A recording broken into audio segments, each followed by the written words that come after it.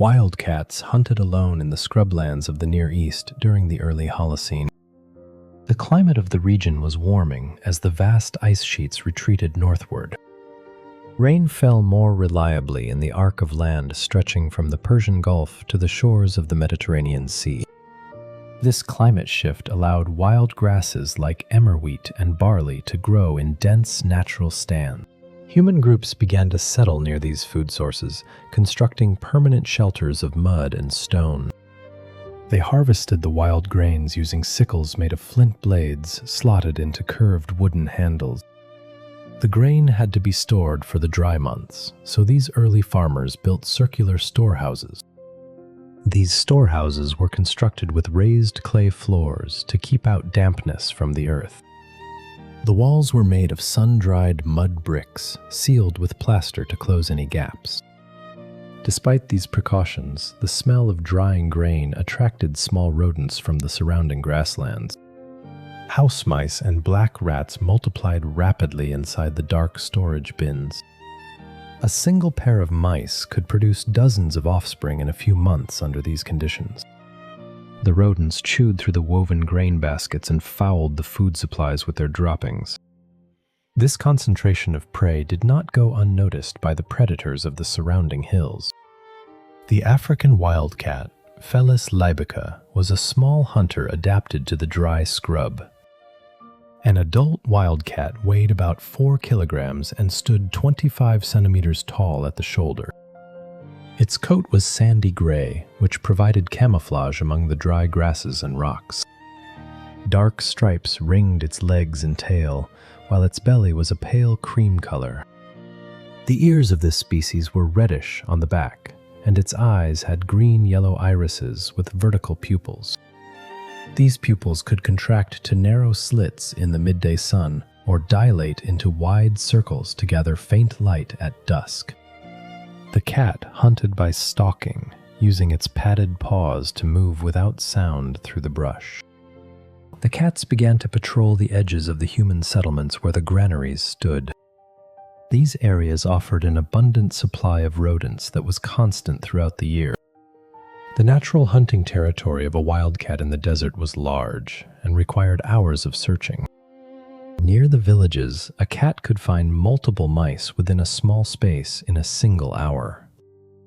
This efficiency reduced the energy the cat needed to expend to feed itself. The animals that overcame their fear of human activity gained access to this rich food source. Those that remained too timid stayed in the hills, where food was harder to find.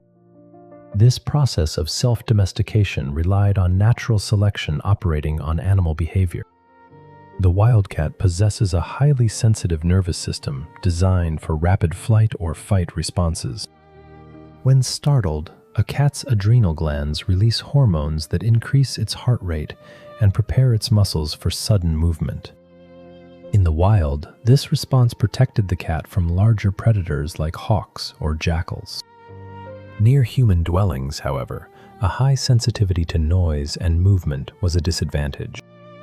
Cats that fled at every human footstep could not hunt effectively near the grain stores. Only the individuals with lower baseline adrenaline levels remained calm enough to feed. These calmer cats survived in greater numbers because they spent less energy on flight. They produced healthier litters of kittens in the warm spaces under the granary floors. The kittens inherited these genetic traits for reduced fear and lower aggression. Over generations, the local population of cats became distinct from the wild populations in the hills. The village cats tolerated the presence of humans, and humans tolerated the presence of the cats. No one captured the cats to breed them for specific traits or tasks. The relationship was based entirely on mutual benefit without active human management. The farmers valued the cats because they protected the winter food supply from destruction. A single cat could kill hundreds of rodents in a year, preventing the spread of diseases. The humans did not feed the cats directly, as doing so would lessen their drive to hunt.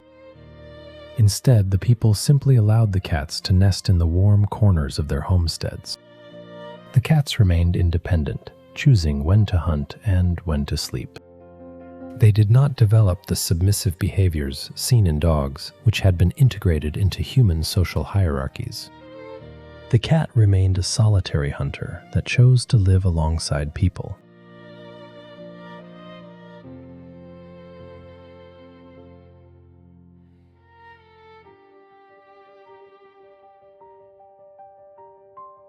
Geneticists confirmed this evolutionary path by studying the mitochondrial DNA of modern cats. In 2007, researchers collected tissue samples from nearly 1,000 domestic cats across the globe. They also sampled wild cats from Europe, Asia, and Africa to compare the genetic codes.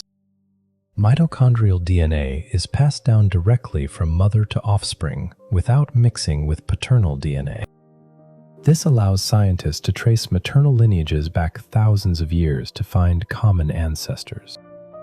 The analysis revealed that all domestic cats share a single ancestor from the Middle East. The researchers identified 5 distinct branches of wild cats living across the Old World. These included the European wild cat, the Southern African wild cat, the Central Asian wild cat, the Chinese mountain cat, and the Near Eastern wildcat. Only the Near Eastern wildcat, Felis lybica, shared genetic markers with domestic cats. The DNA showed that the domestication process began in the Fertile Crescent during the rise of agriculture. This region includes modern-day Iraq, Syria, Jordan, Israel, and Lebanon. The genetic link was clear and showed no signs of multiple independent domestications elsewhere. The oldest archaeological evidence of this bond was discovered on the island of Cyprus. In 2004, archaeologists excavated a Neolithic village called Shilurokambos, dating to roughly 7500 BC. They uncovered a grave containing the remains of a human buried alongside a young cat. The cat's body was placed just 40 centimeters from the human skeleton, indicating a deliberate burial. Both skeletons were preserved in the same layer of earth, showing they were interred at the same time. The grave also contained offerings of polished stone, flint tools, and seashells. This discovery was significant because cats are not native to the Mediterranean island of Cyprus. Humans must have carried the ancestors of this cat across the sea in boats from the mainland. The journey across the water required planning and effort, suggesting the animals had value to the travelers. The cat in the grave was an agricultural companion, not a wild animal kept as a curiosity. The physical structure of its skeleton showed it was similar in size to modern domestic cats. This burial occurred thousands of years before the first written records of cat domestication in Egypt. The spread of agricultural communities facilitated the movement of these semi-domesticated cats. As farmers migrated into Europe and Asia, they took their grain storage methods and their cats with them. The cats adapted to new climates, growing thicker coats in the colder northern regions. They continued to hunt rodents around farms, villages, and eventually the first cities of Mesopotamia. Their presence became a common feature of human settlements throughout the ancient world. The lineage of every domestic cat living today leads back to a single subspecies. Whether a long-haired cat in a northern city or a short-haired cat in a tropical port, their maternal ancestors were African wildcats.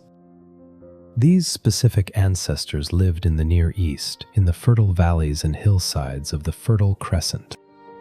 10,000 years ago, this region was not the dry landscape of modern times. It was a green expanse of rolling grasslands and flowing rivers. Oak forests covered the hillsides, and wild wheat grew thick in the valleys. Rodents multiplied in the abundant grasses of the post-glacial era. Mice, voles, and gerbils spread across the landscape, finding food in the wild grain fields. This abundance of prey supported a large population of small predators. The African wildcat was one of these predators, hunting in the dim light of dawn and dusk. This crepuscular habit allowed them to hunt when rodents were active, but larger predators were less effective. These wildcats hunted by stealth and ambush. Their eyes contained a specialized membrane called the tapetum lucidum. This membrane sits behind the retina, acting like a mirror that reflects light back through the photoreceptors. A physical mechanism of this structure is the double passage of light. By reflecting the light that passes through the retina a second time, the tapetum lucidum gives the cat another chance to detect scarce photons. This reflection causes the eyes to glow green or gold in the dark when light hits them. The adaptation allowed the cats to hunt in conditions where other predators were blind.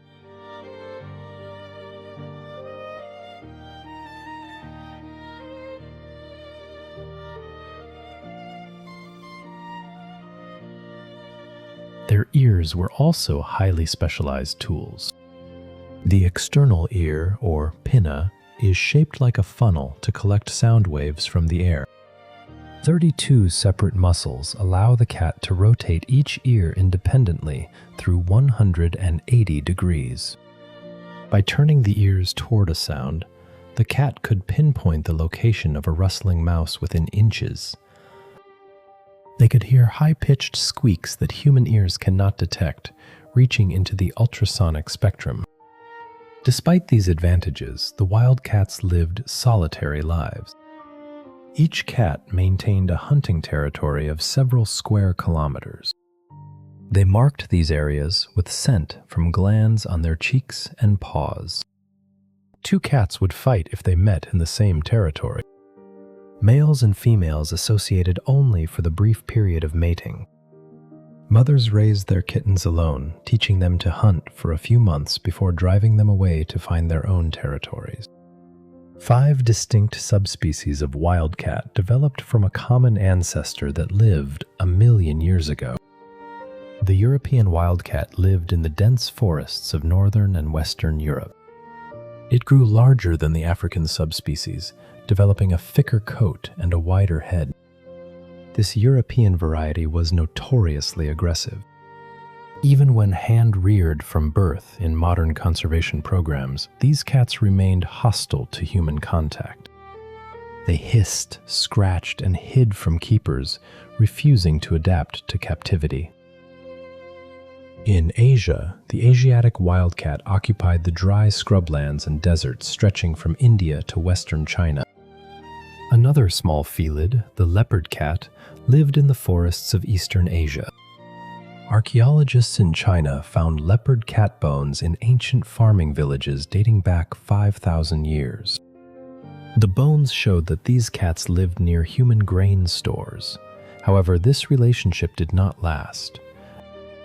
The lineage died out or was replaced, and modern Chinese domestic cats descend entirely from the Near Eastern wildcat. The African wildcat possessed a unique temperament that set it apart from these other subspecies. It was not domestic or friendly by nature, but it had a lower reactivity to new stimuli. When confronted with an unusual sight or sound, a European wildcat would flee or attack. The African wildcat was more likely to pause, observe, and evaluate the situation.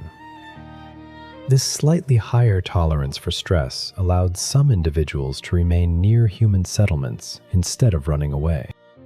Scientists confirmed this Near Eastern origin through genetic analysis of ancient remains. Researchers extracted mitochondrial DNA from cat bones found at archaeological sites in Europe, Africa, and the Near East. Some of these specimens were 9,000 years old. Mitochondrial DNA is passed down only from mothers to offspring, allowing scientists to trace maternal lineages back through time. The study identified 5 distinct maternal lineages among domestic cats. All 5 of these lineages originated in the Fertile Crescent. The genetic transition from wildcat to domestic cat was unusually stellar. Dogs diverged significantly from wolves, developing smaller jaws, floppier ears, and different social instincts. Their skeletons changed shape and their brains decreased in size relative to their body weight. Cats, by contrast, remained anatomically identical to their wild ancestors.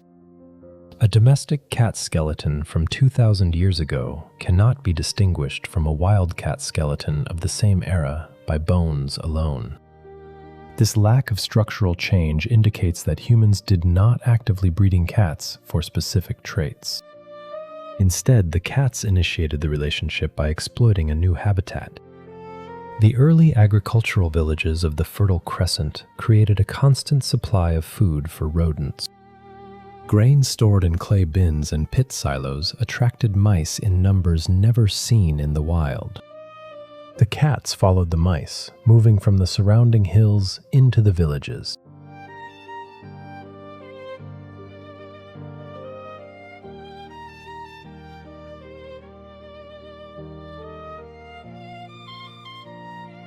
To survive in this new environment, the cats relied on their efficient hunting techniques. The African wildcat was a highly successful predator, succeeding in 60% of its hunting attempts. This is a much higher success rate than that of larger carnivores. A lion succeeds in only about a quarter of its hunts, while a cheetah catches its prey half the time. The wildcat achieved its high success rate through extreme patience and explosive speed over short distances. The hunting mechanism relied on the cat's muscular structure and flexible spine. A cat's collarbone is not anchored to other bones, but is held in place by muscle. This loose connection allows the shoulders to move freely, extending the stride during a pounce. The spine is highly flexible, containing 30 vertebrae that are loosely connected by elastic cushioning discs. This structure allows the cat to arch its back sharply, storing mechanical energy like a spring before releasing it in a sudden leap. When hunting, the cat stalked slowly through the grass, keeping its body low to the ground. Once it was within striking distance, it crouched and remained motionless. The cat often wiggled its hindquarters to test its footing before launching. It then propelled itself forward using its powerful hind legs, landing on the prey with its front claws extended. This rapid sequence of movements allowed the cat to capture small rodents before they could react. As agricultural settlements grew, the cats that tolerated the presence of humans found an abundant source of food. They did not need to defend large territories when a single grain store could support dozens of mice. The cats that stayed near the villages survived in greater numbers during winters when prey was scarce in the wild. The cats adapted to new climates, growing thicker coats in the colder northern regions. They continued to hunt rodents around farms, villages, and eventually the first cities of Mesopotamia. Abundant food supplies allowed wildcats to survive within remarkably small territories. In areas rich with prey, a single cat required only 1 or 2 square kilometers of land to sustain itself. This territorial boundary contracted sharply as human populations began to alter their way of life. The transition occurred as communities abandoned their nomadic routines and established permanent settlements. People began to cultivate wheat and barley, storing the harvested grains in deep pits and clay-lined granaries. These storage facilities represented the first stable, year-round concentrations of food in human history. Such stores of grain attracted rodents immediately. Mice and rats had scavenged near human campsites for thousands of years, but permanent granaries offered an unprecedented abundance of food. Rodent populations multiplied rapidly around the earliest agricultural villages. Archaeological excavations of these sites reveal a sudden, massive increase in the bones of commensal rodents, which are species that thrive alongside human populations. Wildcats quickly noticed this concentration of prey. A single village offered a higher density of rodents within a 100-meter radius than a cat would normally find across its entire native territory. The rodents also became easier to catch. Lulled by the constant supply of grain, they grew less cautious, venturing into open spaces around the storehouses. Individual wildcats that possessed less fear of humans began to approach these settlements. The opportunity for easy prey outweighed their natural caution. These bolder individuals began to hunt in the shadows of the huts and grain pits. The human inhabitants of these early villages largely tolerated the presence of the cats. While a person might occasionally throw a stone to drive a cat away during the day, the utility of the animals soon became obvious. People noticed that areas frequented by cats contained far fewer rodents. Consequently, their stored grain lasted longer into the winter months.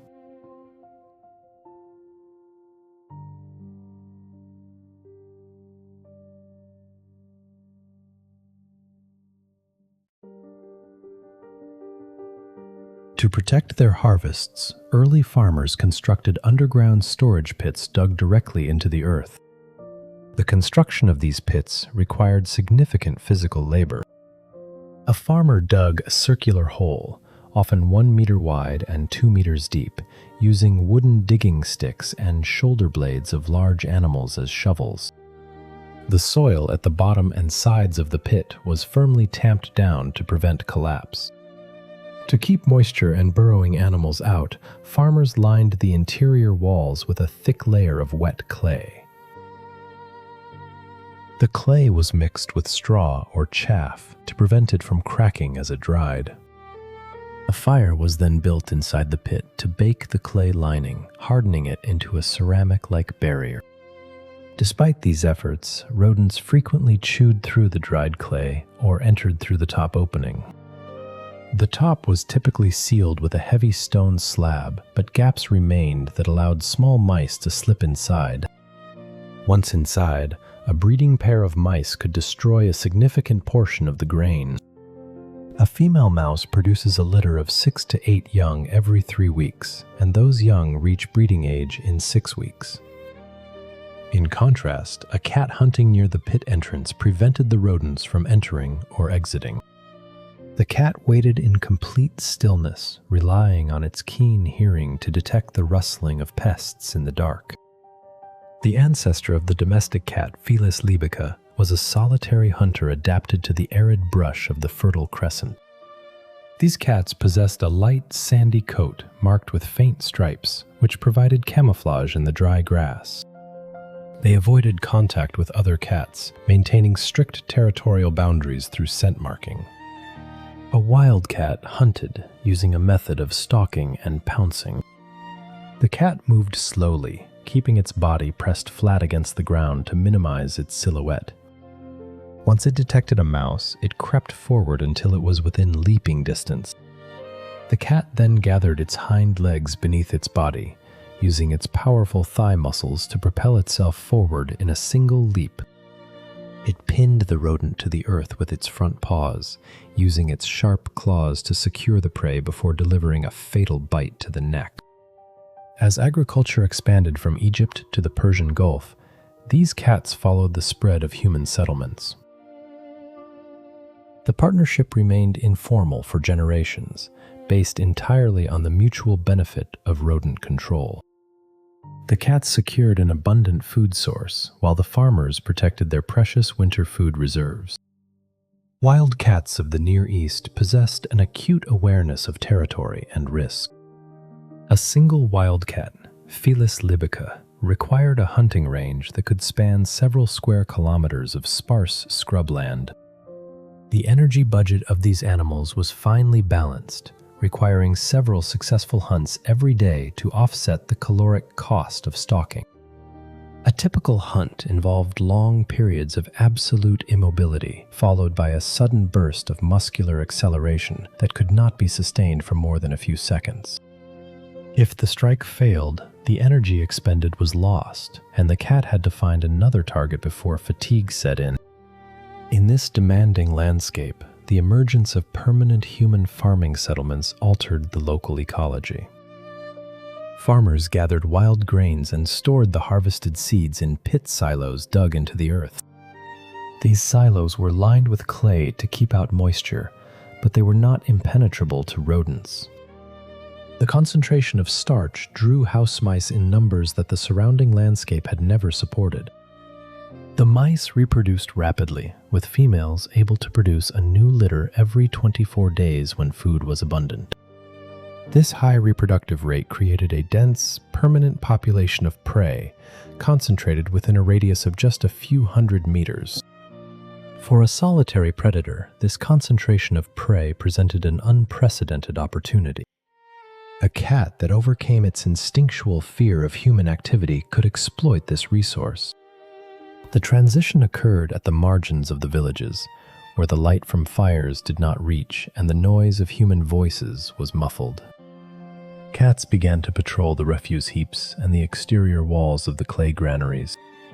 Instead of searching for kilometers to find a single rodent, a cat could wait near a storage pit and encounter multiple targets within an hour. The energy cost of procurement fell sharply. The cats did not need to run long distances or endure hours of unsuccessful searching. They simply waited in the shadows cast by the mud brick walls, using the structural features of the human architecture as cover. The abundance of mice near the granaries altered the social structure of the colonizing cats.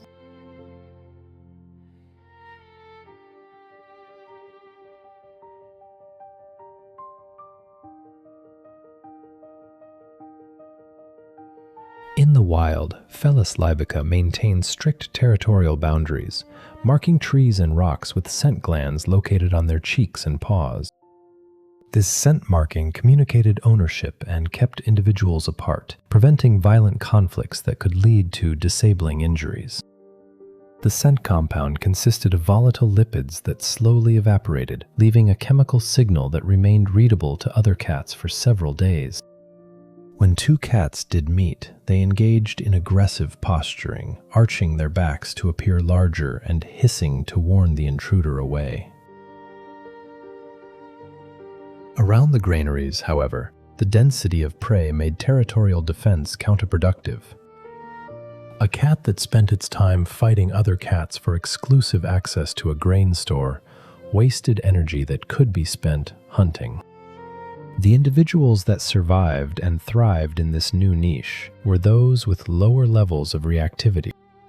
These cats had smaller adrenal glands which reduced the production of stress hormones when they were close to humans or other cats. As a result of this reduced reactivity, multiple cats could hunt within the same small agricultural complex. They developed a system of mutual avoidance rather than active hostility, dividing the territory by time of day rather than by physical space. One cat might hunt near the grain bins during the night, while another took over the site at dawn. This behavioral adaptation was passed down through generations.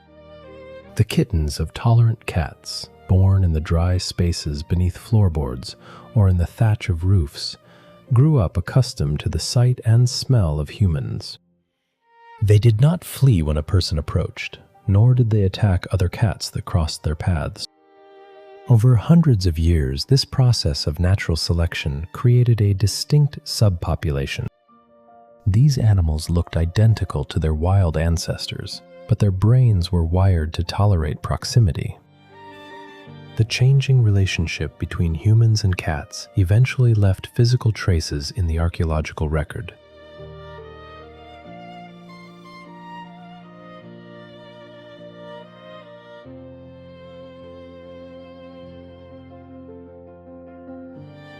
In the soil of Cyprus, researchers uncovered a grave that challenged the traditional timeline of animal domestication. The island of Cyprus is separated from the mainland of the Near East by over 70 kilometers of deep water. Because cats are instinctive arch-enemies of deep water and do not swim long distances, they could not have reached the island on their own. The presence of a cat on the island meant that people had transported the animal by sea. This voyage required a deliberate decision to capture a cat, secure it on a small wooden vessel, and keep it alive during a crossing that took several days. The boat itself was likely a simple canoe constructed from hollowed logs or a raft made of bundled reeds, propelled by oars and subject to the rough currents of the eastern Mediterranean. In the grave, which dated to approximately 9,500 years ago, the skeleton of a human was laid to rest alongside the complete skeleton of a young cat. The cat was placed just 40 centimeters from the human remains, within the same burial pit. The body of the cat was intact, showing no signs of butchery or violent death, which indicated that it had not been killed for food. The grave also contained decorative items including polished stone beads, green scraper tools, and quantities of red ochre. The inclusion of these grave goods suggested that the human community recognized the cat as an individual worthy of a formal burial. This burial occurred thousands of years before the historical records of ancient Egypt showed evidence of cat veneration. It demonstrated that the bond between the two species had already progressed beyond simple utility to include a level of personal attachment. As the agricultural lifestyle spread from the Fertile Crescent into Europe and North Africa, the cats went with the farmer. The expansion of farming relied on the movement of entire households, which carried seed grain, stone grinding tools, and breeding pairs of sheep and goats. The transportation of these goods was slow, relying on foot travel and pack animals along dirt tracks. The presence of grain made every caravan a target for rodents, which traveled alongside the human migration. To protect these mobile food supplies, farmers carried cats in woven baskets or leather sacks. Once a new settlement was established, the cats were released to establish new territories around the newly constructed clay houses. At these early farming sites, archaeologists have found clay bricks that still bear the paw prints of cats. The bricks were made by mixing mud with straw and water, pressing the mixture into wooden molds and leaving them to dry in the sun on flat ground. While the clay was still wet and soft, cats walked across the drying fields, leaving deep impressions of their footpads. The depth and clarity of the prints indicate that the cats walked slowly and calmly, showing no signs of hurried flight. They strolled through the active workspaces of the brickmakers, untroubled by the noise of human labor or the presence of workers. These prints became permanent when the clay dried and was fired in kilns, creating a durable record of daily interaction. At the same time, the bones of cats found in the refuse heaps of these settlements began to show changes. While the bones of sheep and deer showed clear cut marks from flint knives indicating they had been butchered for meat, the bones of cats remained unbroken and unmarked. The humans did not eat the cats. They allowed them to live out their lives, feeding on the pests that threatened the community's survival.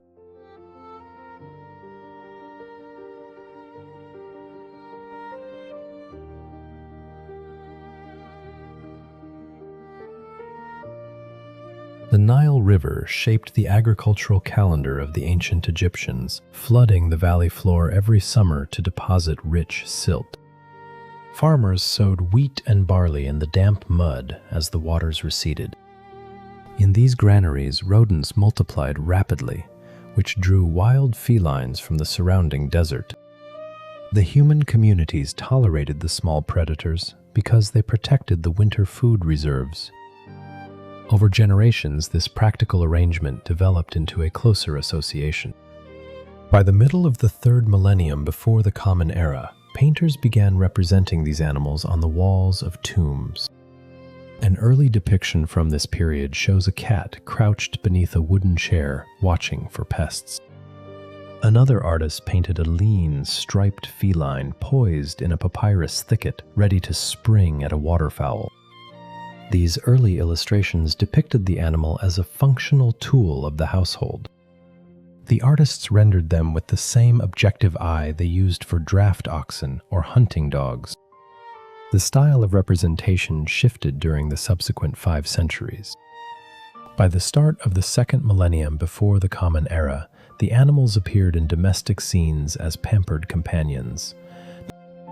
Artists painted them wearing dyed leather collars fitted with small bronze buckles. They sat directly beneath the chairs of noblewomen, receiving pieces of dried fish from their hands. The transition from utility to companionship occurred as families spent successive generations living in close quarters with the animals. Egyptian households observed physical qualities in the cat that connected the animal to their cosmological beliefs. The creatures moved with silent ease through the twilight hours of dawn and dusk. Their eyes reflected the light of oil lamps, glowing in the dark like small embers. They possessed a dual nature, behaving with gentle affection toward their litters while dispatching venomous snakes with sudden violence.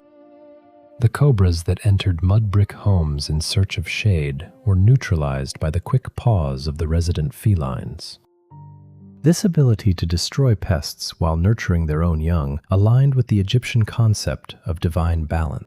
The culture viewed the universe as a struggle between chaos and order, requiring both destructive force and protective care. The cat embodied both qualities in a single, compact frame. Consequently, the animal became associated with Bastet, a deity whose character underwent a parallel transformation over several centuries. Originally, Bastet was depicted as a fierce lioness representing the searing heat of the sun and the military force of the pharaoh. She shared these attributes with Sekhmet, a destructive deity who, according to myth, nearly extinguished humanity. The priesthoods of the Nile Delta represented her with the heavy snout and mane of a hunting lioness. They carved her image on temple gateways to ward off foreign invaders and malevolent spirits. Toward the end of the second millennium before the Common Era, the iconographic representations of the goddess began to soften. Sculptors started carving her as a domestic cat or as a woman with the head of a small feline. Her divine responsibilities shifted from the battlefield to the domestic sphere. She became the protector of the home, the guardian of pregnant women, and the patron of domestic fertility. This change reflected a broader cultural shift in Egypt, away from foreign military expansion toward the consolidation of domestic wealth. The center of her worship was the city of Bubastis, situated on the eastern branch of the Nile Delta. The temple complex there featured red granite halls and a wide moat lined with trees, housing hundreds of sacred felines. The Greek traveler Herodotus visited this sanctuary during the 5th century before the Common Era. He observed the annual festival of Bastet, noting that it drew hundreds of thousands of pilgrims from across the region. These travelers arrived in wooden barges, playing flutes and clashing bronze cymbals as they drifted down the river. During the festival, the pilgrims consumed large quantities of grape wine from clay amphorae. They presented offerings of food and small metal statues at the temple gates. The priests maintained the resident felines within the temple courtyard, feeding them freshwater fish harvested from the delta. The temple felines lived under the supervision of dedicated caretakers who inherited their positions through family lineages. These attendants prepared special mixtures of bread and milk, placing the food in shallow ceramic bowls. Some of the most prominent temple animals wore necklaces of gold wire and beads made of blue faience. Faience was a glazed ceramic material made by heating crushed quartz, soda, and lime until it fused into a glass-like blue surface.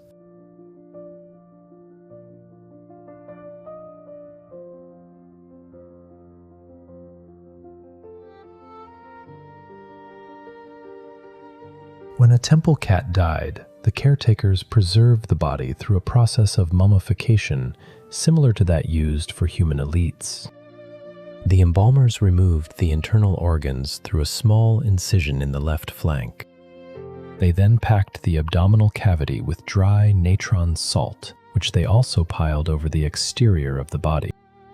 Natron is a naturally occurring compound of sodium carbonate decahydrate and sodium bicarbonate, which absorbs moisture and prevents decay. The body remained in the salt pile for 40 days until the tissues dried completely. Once dried, the embalmers brushed away the salt crystals and rubbed the skin with cedar oil and liquid resin to restore flexibility. They wrapped the limbs individually in narrow strips of linen before wrapping the entire body. The outer layers of linen were often dyed in contrasting shades of brown and cream, arranged in complex diamond patterns. A final layer of hot pine resin sealed the bandages against moisture and insects. The scale of this practice was immense, generating a significant industry around the temple precincts. In the 19th century, excavators uncovered vast underground galleries filled with these bundles. The cemetery at Bubastis yielded hundreds of thousands of mummified felines stacked in brick chambers. Many of these animals were young kittens that had been raised specifically to be sold to pilgrims as votive offering. A pilgrim purchased a mummy from a temple workshop to act as a messenger to the goddess. The buyer paid the priest in copper coins, and the priest placed the bundle in a niche within the subterranean vaults. The transaction allowed the pilgrim to present a physical petition to Bastet, hoping for a blessing of health or a successful harvest. The trade supported a large network of breeders, embalmers, weavers, and potters who supplied the materials for the daily rituals. Egyptian law protected domestic cats with penalties that modern observers would consider severe. The legal code treated the killing of a cat, even by accident, as a capital offense. A Roman visitor who accidentally killed a cat in the 1st century BC was confronted by an angry crowd. The Greek historian Diodorus Siculus recorded the event, noting that local officials tried to intervene to save the Roman citizen. The crowd ignored the officials and killed the Roman man in the street. This account was repeated by other writers of the period. Tomb paintings from the New Kingdom consistently show cats sitting under the chairs of their owners during formal banquets. In these illustrations, the animals wear collars made of gold and semi-precious stones. They eat fish from shallow bronze bowls. One painting depicts a cat sitting beneath a table, receiving a piece of meat directly from the hand of a seated official. The painters chose to depict the cats in positions of comfort rather than showing them hunting in the fields. The domestic cat had transitioned from a working animal into a member of the household. During this period, the physical characteristics of the Egyptian cat began to change. DNA analysis of feline remains from 1000 BC reveals a genetic bottleneck. This genetic pattern indicates that priests and household owners were actively selecting specific animals for breeding. The breeders chose animals that showed low aggression toward humans. They also selected for physical traits, including coat patterns that differed from the striped camouflage of the wild African wildcat. The temple complexes functioned as large-scale breeding facilities. In these temples, hundreds of cats lived in close quarters, which accelerated the process of domestication. The restricted breeding pool caused specific genetic markers to become dominant. These markers still exist in the modern domestic cat population. The Egyptian state recognized the value of these animals and prohibited their export. Government agents inspected departing merchant ships at the Nile ports to prevent passengers from carrying cats out of the country. Mediterranean merchants bypassed the export bans to protect their grain cargoes. Phoenician traders operated ships that carried heavy loads of wheat across the open sea. These vessels were constructed from cedar planks held together by mortise and tenon joints. The joints were secured with wooden pegs. The ships relied on a single square sail made of linen, reinforced with leather patches. To build these hulls, shipwrights chiseled matching slots or mortises into the edges of two adjacent planks. A wooden tongue, the tenon, was placed inside the slots to lock the planks together. The builders then drilled a hole through the wood and drove a peg through the joint. This construction method created a strong hull that could withstand the pressure of waves, but it left small gaps where moisture could enter. The damp cargo holds provided a suitable environment for grain beetles and black rats. A population of rats could destroy a significant portion of a grain cargo during a voyage lasting 3 weeks. The rodents chewed through the woven hemp sacks, spilling the grain into the bilge water where it rotted. The introduction of cats to the cargo holds solved this problem. The cats hunted in the dark spaces between the stacked sacks, preventing the rodent population from multiplying.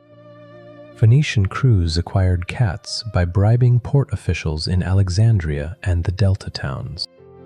They hid the animals in wicker baskets beneath bundles of papyrus and linen. Once the ships cleared the harbor, the crew released the cats into the hold. The animals bred during the voyage, and crews traded the offspring at foreign ports. By 500 BC, cats descended from the Egyptian lineage were living in Greece and Cyprus. The Greek writer Aristophanes mentioned the presence of domestic cats in Athens, where they replaced weasels as the primary method of rodent control. The animals also arrived in southern Italy through Greek colonies. The Roman annexation of Egypt in 30 BC altered the status of the temple complexes. The Roman administration viewed the maintenance of thousands of sacred cats as an inefficient use of resources. The governors reduced the state subsidies that funded the temples at Bubastis.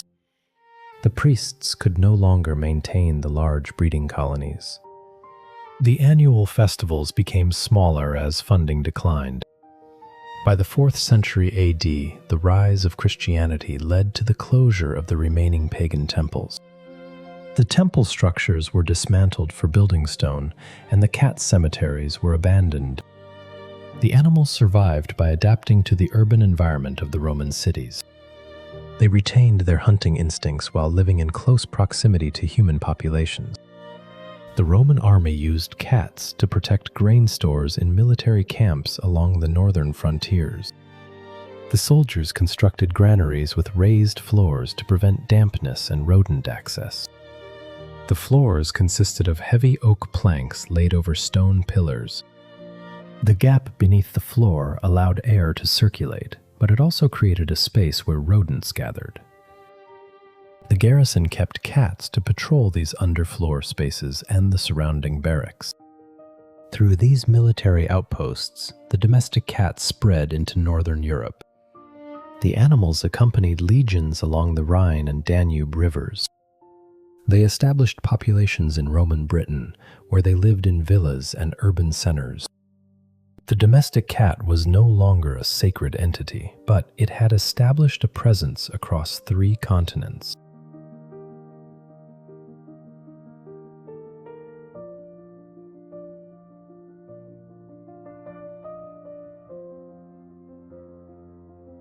The domestic cat did not conquer the Mediterranean basin in a sudden surge.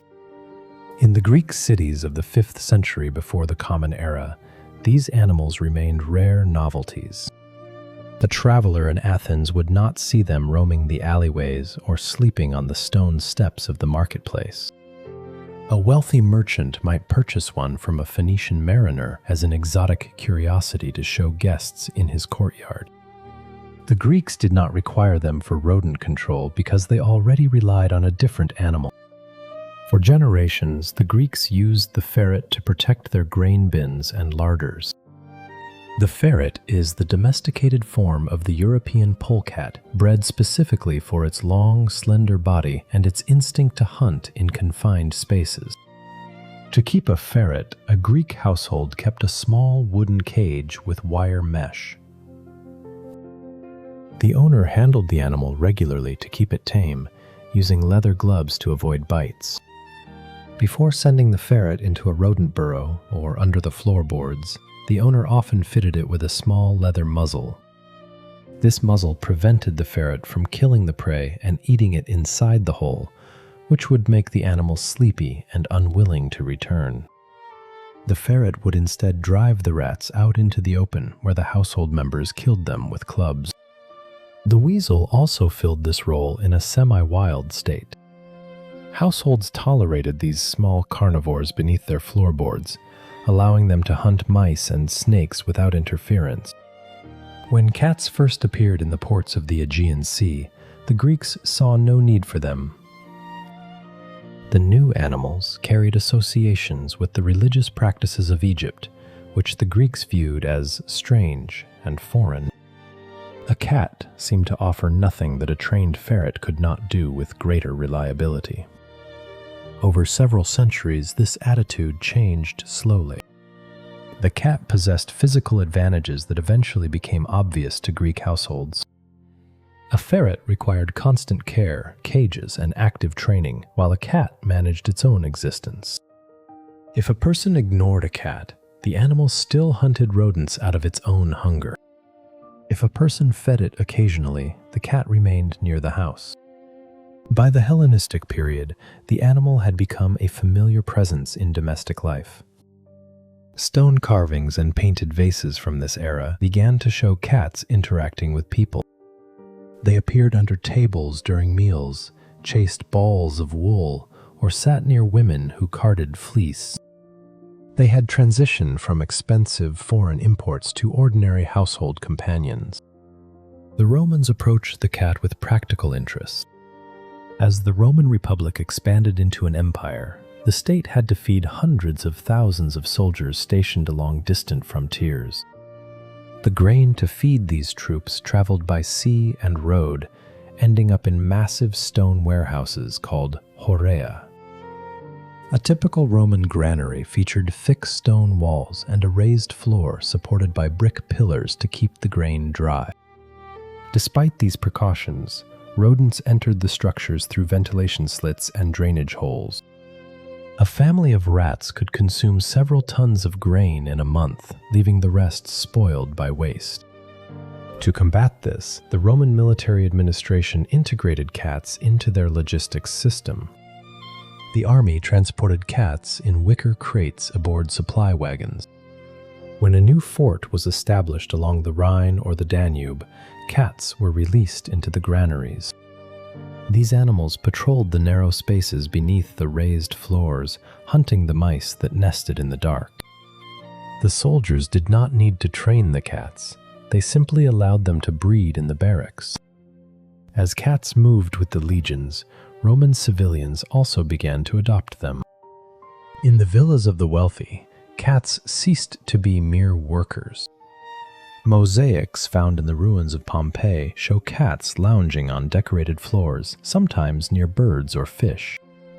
Some Romans formed close bonds with these animals. We know this from gravestones carved for favorite cats, bearing inscriptions that record their names and the sadness of their owners at their death. This affection was not as intense as the worship found in Egypt, but it marked a change in how Europeans viewed the animal. The cat was no longer just an instrument for killing pests, but a companion in the home. While cats spread across the Roman provinces, other populations moved eastward along the overland trade routes of the Silk Road. These routes linked the Mediterranean world with the markets of Central Asia, India, and China. Merchants traveled in long caravans using camels and mules to carry silk, spices, glassware, and paper across high mountain passes and dry plains. Rodents represented a constant threat to these goods, chewing through leather packs and destroying dried provisions. A caravan journey required cats to adapt to environments very different from their ancestral lands. The caravans crossed the Pamir Mountains, where the altitude exceeded 4,000 meters and the temperature dropped far below freezing. To survive these conditions, cats relied on the merchants who valued their presence. The travelers shared their water rations and allowed the cats to sleep inside the felt tents at night to protect them from the cold. The cats that survived these journeys passed on their traits to their offspring. Over generations, these animals developed thicker coats and larger bodies. Permanent populations of cats established themselves in the oasis cities that served as trading hubs.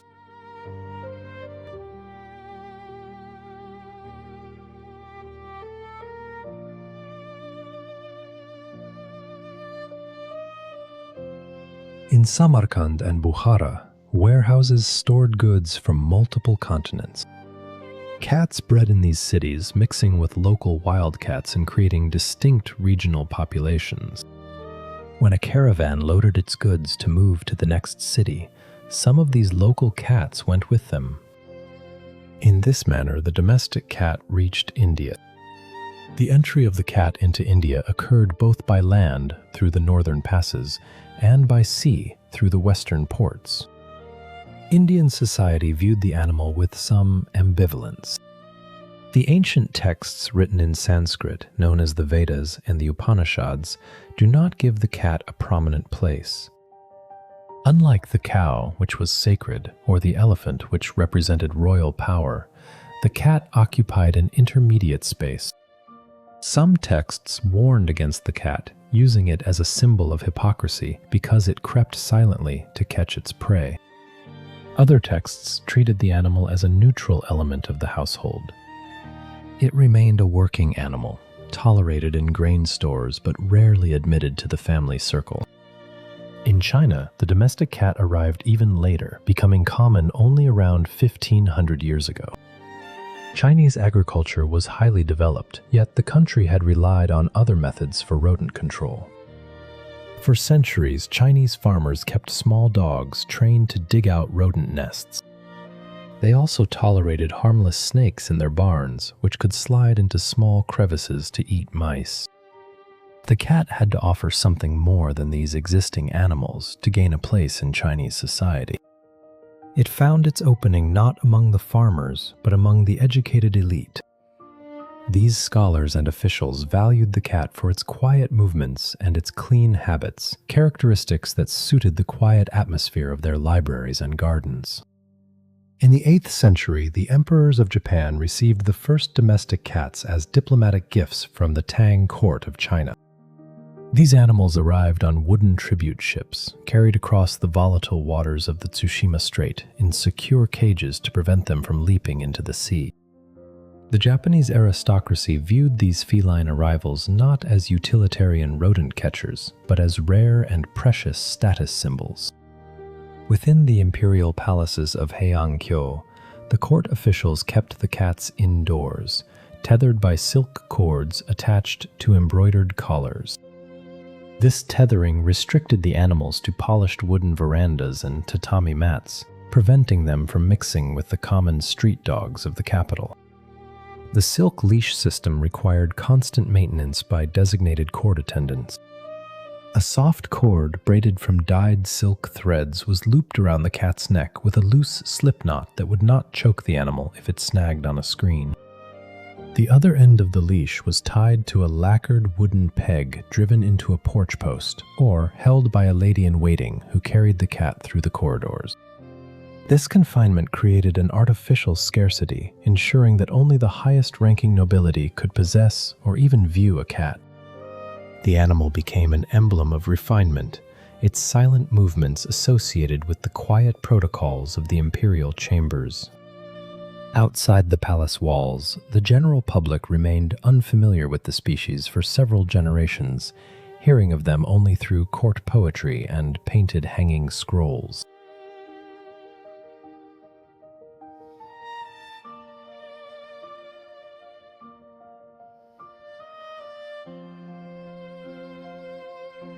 While Eastern courts pampered imported pets, the global dispersal of the species depended entirely on the survival of working cats aboard merchant vessels. A wooden sailing ship was a hostile environment, characterized by damp holds, shifting cargo, and limited freshwater supplies.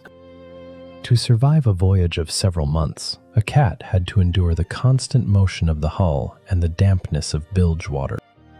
Fresh water was rarely shared with animals, meaning the cats had to obtain moisture almost entirely from the flesh of the rodents they captured. Over generations, this harsh environment selected for specific physiological traits, creating a lineage of resilient maritime specialists. The feline kidney adapted to concentrate urine to an extreme degree, minimizing water loss and allowing the animal to survive on minimal hydration. The structure of the kidney includes an elongated loop of Henle, which maximizes the reabsorption of water from the filtration fluid back into the bloodstream. This anatomical feature allowed ship cats to metabolize the fluids of raw mice without succumbing to dehydration. Furthermore, successful ship cats developed a highly refined sense of balance, utilizing their inner ear vestibules and flexible spines to navigate pitching decks during storms. The claws of these cats remained sharp through constant scratching on rough hemp rigging, which allowed them to secure a grip on wet wood when waves washed across the main deck. By the 8th century, these resilient ship descendants had established populations throughout the ports of Western Europe, from where they spread into the interior. In the early medieval period, the relationship between humans and cats in Europe was practical and transactional. In the year 700, a Benedictine monastery in Gaul relied on cats to protect its winter food stores from destruction. The monks stored their threshed wheat in dry wooden bins elevated on stone pillars to prevent dampness from rotting the grain. Despite these precautions, field mice and black rats frequently climbed the wooden supports to nest inside the grain sacks. A single mouse could consume several grams of grain daily, but the greater danger lay in contamination through droppings and urine. The monks welcomed cats into the granaries, recognizing that an active cat could eliminate dozens of rodents each week. The Benedictine rule, which governed the daily labor and prayer of the monks, did not forbid the presence of domestic animals in the working areas of the monastery. Monastic account books from this period list cats alongside milk cows and draft oxen as essential agricultural assets. The scribe who copied manuscripts in the scriptorium also valued the cat, as mice frequently nibbled on the animal fat used to treat sheepskin parchment. In the Islamic world during the 9th and 10th centuries, the practical utility of the cat was elevated to a position of religious respect.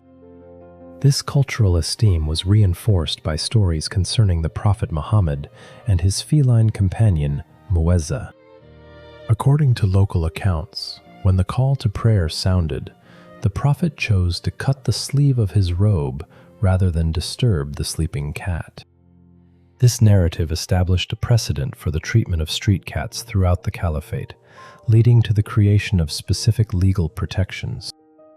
In cities like Baghdad and Cairo, municipal authorities and private donors established charitable trusts known as waqfs, specifically to fund the feeding of stray animals. Every afternoon, an appointed caretaker would distribute scraps of meat from the butcher shops to the cats gathered in the public squares. The courtyards of mosques were designed with small openings at the base of the doors, allowing cats to enter and exit at will. This free movement helped control the rodent population in urban markets, where grain was traded in large quantities. The presence of cats in Islamic libraries was also common, as they protected valuable paper manuscripts from bookworms and mice without damaging the leather bindings.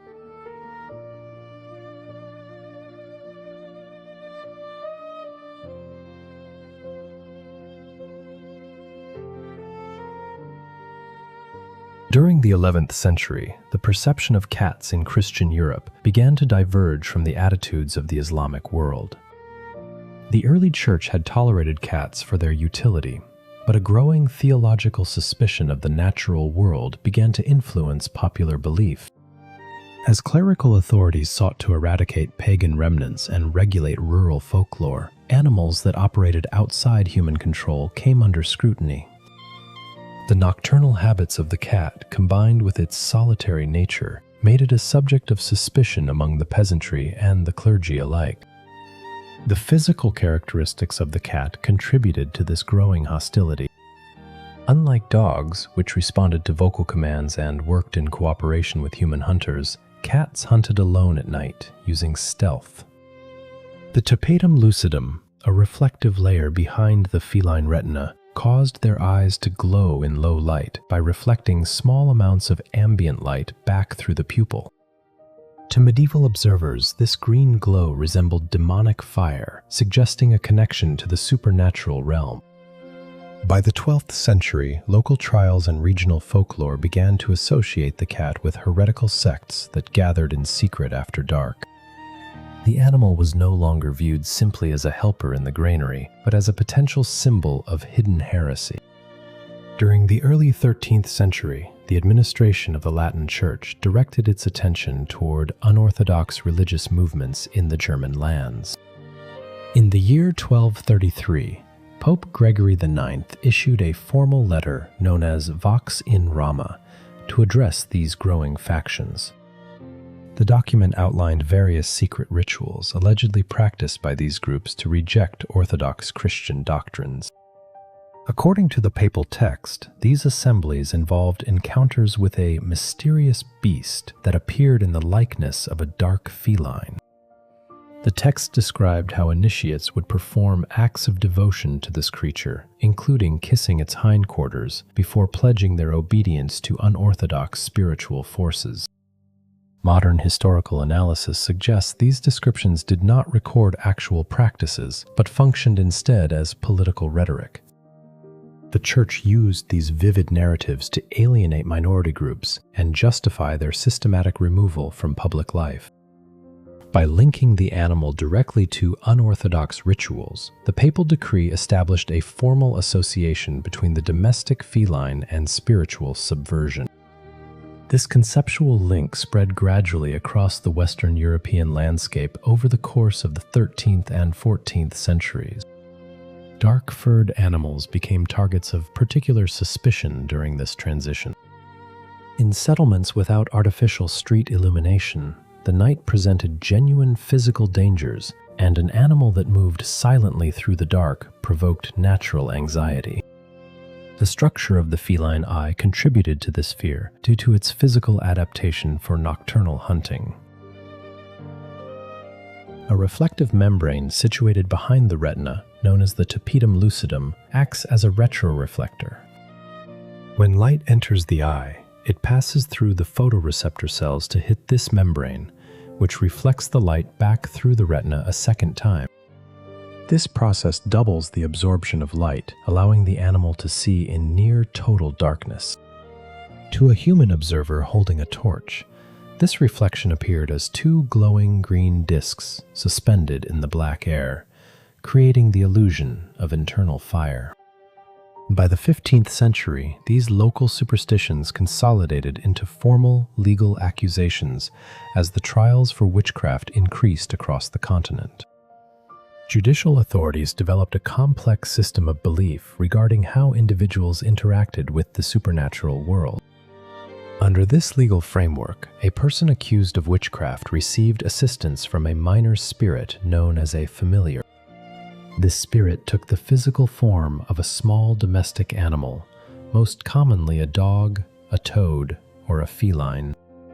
The familiar acted as an intermediary, carrying out tasks for the accused person and maintaining their connection to forbidden forces. During interrogations, magistrates questioned accused women about their domestic pets, demanding to know if the animals answered to specific names or exhibited unusual habits. An accused person who fed a stray animal or allowed a pet to sleep near their bed faced severe suspicion. If a court convicted a household owner, the bailiffs often executed the domestic animals alongside their owner to prevent the familiar spirit from finding a new host. The methods used to dispatch these animals varied according to local customs and judicial sentences. In many jurisdictions, executioners threw the household animals into the same fires prepared for the condemned persons. In other regions, crowds gathered in public squares to watch the destruction of felines as a form of communal entertainment. During certain seasonal festivals in northern France, organizers placed dozens of these animals into large wicker baskets before hoisting them over bonfires. The spectators believed that the cries of the dying animals represented the departure of malevolent spirits from the community.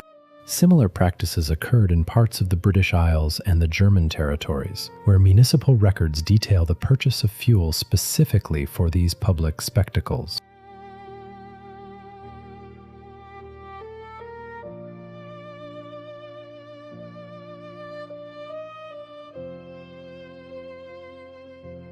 During the middle of the 14th century, a devastating pandemic known as the Black Death destroyed approximately 1/3 of the European population. The disease returned in successive waves over the next 300 years, disrupting agricultural production and urban commerce. The primary vector for this disease was the flea, Xenopsilla chiapis, which carried the bacterium Yersinia pestis inside its digestive tract. When the host rodent died of the infection, the flea abandoned the cooling carcass to find a new host, often biting humans who lived in close proximity to the rodent nesting sites. Some historians have argued that the systematic destruction of felines removed the natural predators of these rodents, allowing the flea populations to multiply without check. While this ecological explanation is compelling, the actual transmission of the plague depended on a complex network of environmental factors. The black rat, Rattus rattus, is a climbing species that prefers to nest in the thatched roofs and wooden rafters of medieval houses. Felines, which hunt primarily on the ground or low surfaces, could not easily reach these nesting sites in the high thatch. Furthermore, the sheer volume of grain stored in medieval cities provided an inexhaustible food source for rodents, allowing their numbers to grow regardless of feline predation. In many regions where the trials against witchcraft were most intense, the local outbreaks of plague were no more severe than in areas where felines remained common, indicating that weather patterns and sanitation played a larger role in the spread of the disease than the presence of domestic predators. Despite the prevalent superstitions, practical economic needs prevented the complete eradication of felines from European settlements. In agricultural communities, the preservation of grain reserves required constant vigilance against rodent damage. A standard medieval granary used a raised timber floor supported by stone pillars called staddle stones. These stones were carved into the shape of mushrooms, with a wide, flat cap sitting on top of a narrow pillar. The smooth, overhanging sides of the stone cap prevented rats from climbing up the pillars to reach the wooden floor above. However, rodents could still enter the building through open doors or by leaping from nearby trees, making the presence of active hunting animals essential inside the storage chambers. Millers and bakers likewise kept felines in their mills to protect the sacks of flour from contamination by rodent droppings. At the same time that European courts prosecuted these animals, different attitudes prevailed in the lands around the Mediterranean basin. In the Ottoman Empire and across the wider Islamic world, the domestic feline enjoyed legal protection and high social status. This status derived from Islamic traditions that emphasized the cleanliness of the animal and its utility in protecting scholars' libraries from mice. In cities like Cairo and Damascus, wealthy citizens established charitable trusts known as waqf, specifically to fund the care of street animals. These trusts paid for caretakers to buy fresh meat from local butchers every afternoon to feed the felines that gathered in the courtyards of mosques. In Europe, a few scholars began to challenge the prevailing superstitions during the late 16th century. The Italian naturalist Ulisse Aldrovandi published detailed studies of animal anatomy, arguing that the feline was a beneficial creature necessary for the preservation of human food supplies. These early scientific observations gained support as the intellectual movement of the Enlightenment spread across Europe during the 17th century. Legal authorities gradually demanded physical evidence rather than spectral testimony during trials, which led to a decline in prosecutions for witchcraft. As the courts stopped prosecuting human suspects, the systematic destruction of their domestic pets ceased, allowing the animals to resume their traditional role in European households. Farmers in rural villages maintained their barns with a simple understanding of crop preservation. A standard wooden granary required constant defense against the black rat, which could consume its own body weight in grain every week. To prevent this loss, farmers kept several cats in the outbuildings. The cats lived on the high beams of the barns, descending to hunt at night when the rodents became active. A single breeding pair of rats could produce hundreds of offspring in a year, making manual traps ineffective. The cat relied on its sensitive hearing to locate the rustling of pests in the straw. This practical utility kept the animals close to human settlements, even during periods of intense superstition. Over several decades, the generation of magistrates who had prosecuted witchcraft retired and died. Their successors studied at universities where legal standards of evidence had shifted. These younger officials rejected accusations that relied on spectral evidence or stories of animal transformation. In the courtrooms, judges demanded physical proof of harm rather than testimonies about night meetings. This change in legal proceedings meant that accusations involving domestic animals no longer resulted in arrests. Neighbors gradually stopped watching the windows of elderly women for signs of animal companions. The daily presence of a cat became an ordinary detail of rural life rather than a legal liability. In France, the position of the cat changed within the royal court during the reign of Louis XIII. Cardinal Richelieu, the chief minister of the king, established a private cattery within his residence at the Palais Cardinal.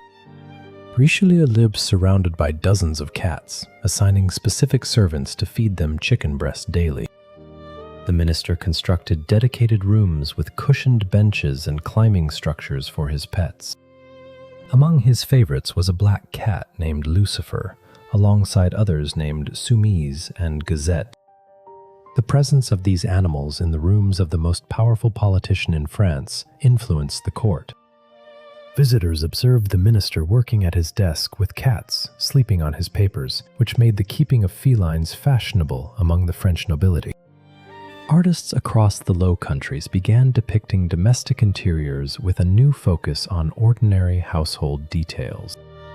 In these paintings, the cat functioned as a representation of quiet domesticity rather than a symbol of hidden malice. Painters like Judith Leister and Gabriel Metsu positioned cats near hearths, under kitchen tables, or next to children playing with toys. To capture the texture of the fur, painters used a technique called glazing. This involved applying thin, transparent layers of oil paint over a dry underpainting. The light passed through the clear layers and reflected off the base, creating the illusion of soft, deep animal hair. The physical structure of a painter's workshop required stable materials to preserve these domestic scenes. An artist prepared a wooden panel by applying several coats of gesso, a mixture of animal glue binder and chalk. Once dry, this surface was scraped smooth with pumice stone to receive the oil pigments. The paint itself consisted of ground minerals mixed with linseed oil, which dried slowly over weeks. This slow drying time allowed the artist to blend the edges of the cat's silhouette into the shadows of the room.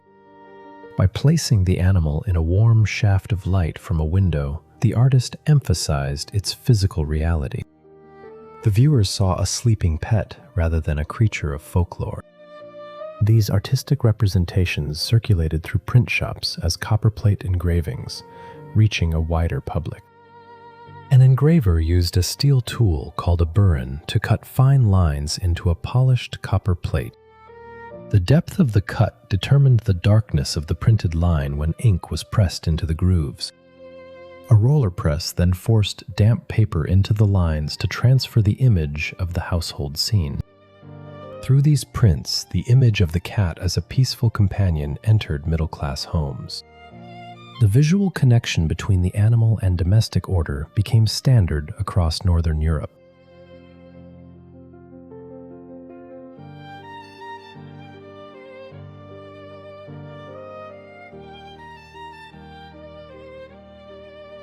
During the 17th century, natural philosophers began to examine the physical structure of the cat using early scientific methods. Scholars moved away from symbolic interpretations of animal behavior to focus on anatomy. They dissected the paws to understand the mechanism of the retractable claw. The claw is attached to the terminal bone of the toe by a strong elastic ligament. When the cat is relaxed, this ligament pulls the bone upward, keeping the claw retracted inside a sheath of skin. To extend the claw, the cat contracts the flexor muscle on the underside of the toe. This action pulls the bone downward, forcing the sharp claw out of the sheath for climbing or catching prey. Naturalists also studied the mechanism of the feline eye to explain its reflectivity in low light. They identified the tapetum lucidum, a membrane located behind the retina that acts like a mirror. This structure consists of 15 to 20 layers of flat cells containing crystalline material. When light enters the eye, it passes through the retina and hits this reflective layer. The tapetum lucidum bounces the light back through the photoreceptors, giving the cells a second opportunity to detect the image. This double exposure allows the cat to see in conditions where a human would see only darkness. The blue-green glow visible in the dark was now understood as a mechanical reflection rather than a supernatural sign. At the same time, researchers documented the skeletal flexibility that allowed cats to survive falls from high structures. The feline collarbone, or clavicle, is not anchored to other bones but is instead embedded in the muscles of the shoulder. This arrangement allows the shoulder blades to move freely, absorbing the impact when the animal lands.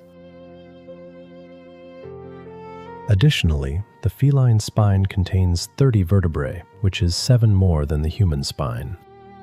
These bones are held together by flexible muscles rather than rigid ligaments, allowing the cat to twist its body mid-air.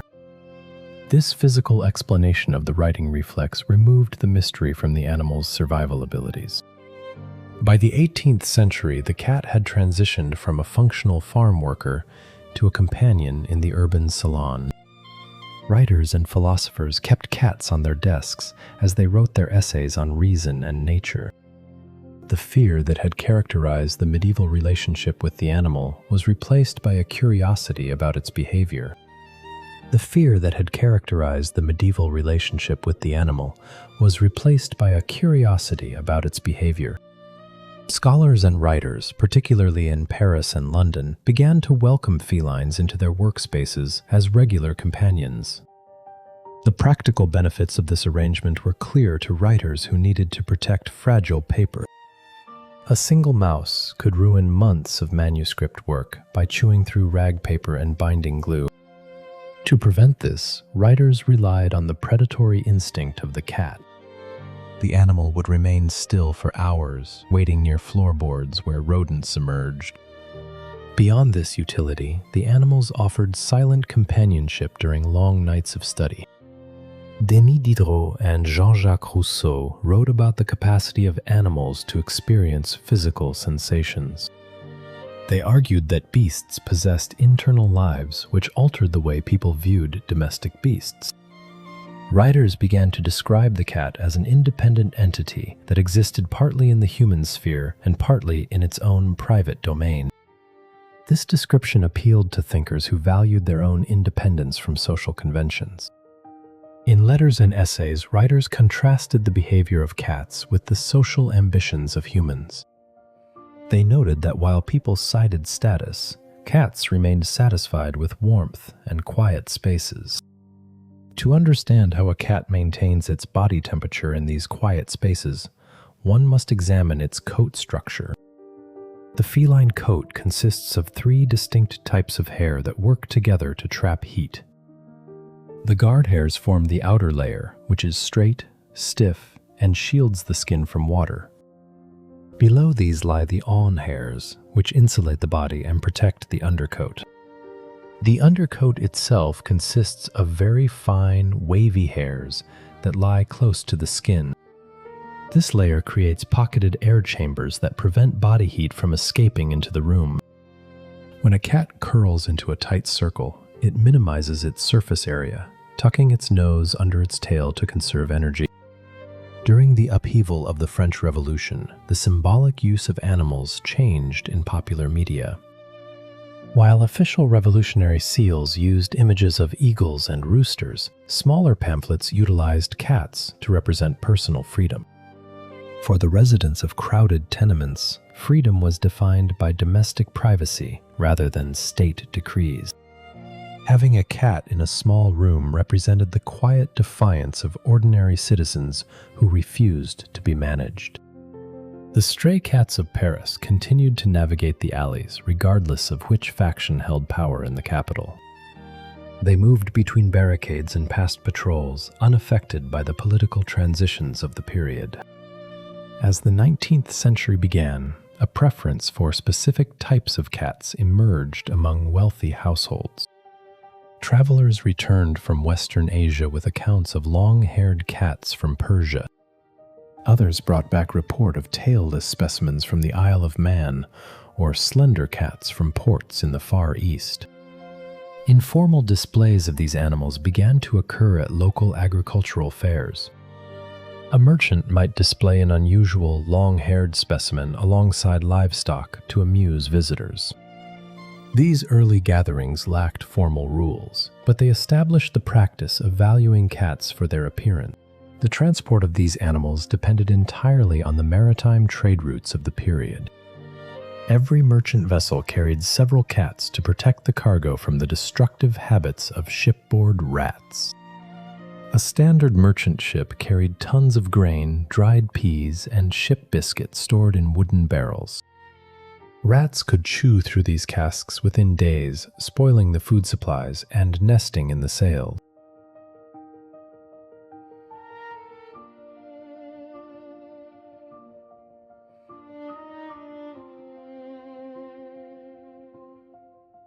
To prevent this, shipmasters kept cats on board to hunt in the dark holds. The construction of these wooden cargo vessels relied on specific materials to keep the interior dry. Shipwrights sealed the gaps between oak hull planks using oakum, which consisted of old ropes unraveled by hand.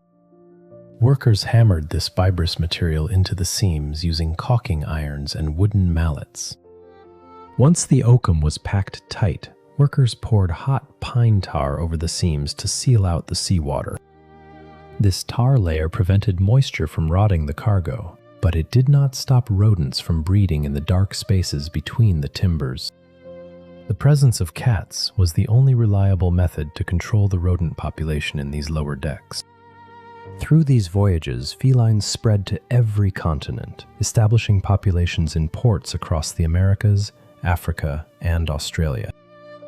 In many cases, these animals escaped into the forests, where they preyed upon native species that had no natural defenses against small feline predators. By the middle of the 19th century, the transition of the cat from working animal to domestic pet was accelerating. The expansion of factories and the growth of cities altered the daily lives of millions of people. As families moved into brick, terraced houses, the cat moved indoors with them. The heating of these Victorian homes relied on coal grates, which became the central gathering point for both humans and pets. These iron fireplaces burned bituminous coal, which required constant maintenance to keep the fire going. A servant used a coal scuttle to carry fuel from the cellar to the parlor. The coal was shoveled onto an iron grate, which allowed ashes to fall through into a pan below. This grate system created a steady updraft that drew smoke up the brick chimney. The cast iron surround of the fireplace absorbed the heat and radiated it back into the room, creating a warm hearth where the family cat could sleep. Within these warm parlors, the cat took on a new role as a member of the household. People began to give their pets individual names, record their behaviors in diaries, and commission portraits of them. The development of early photography allowed owners to capture images of their pets posing on velvet cushions. The animal was no longer viewed merely as a tool for catching mice, but as a source of comfort in the domestic sphere. The development of early photography allowed owners to capture images of their pets posing on velvet cushions. The animal was no longer viewed merely as a tool for catching mice, but as a source of comfort in the domestic sphere.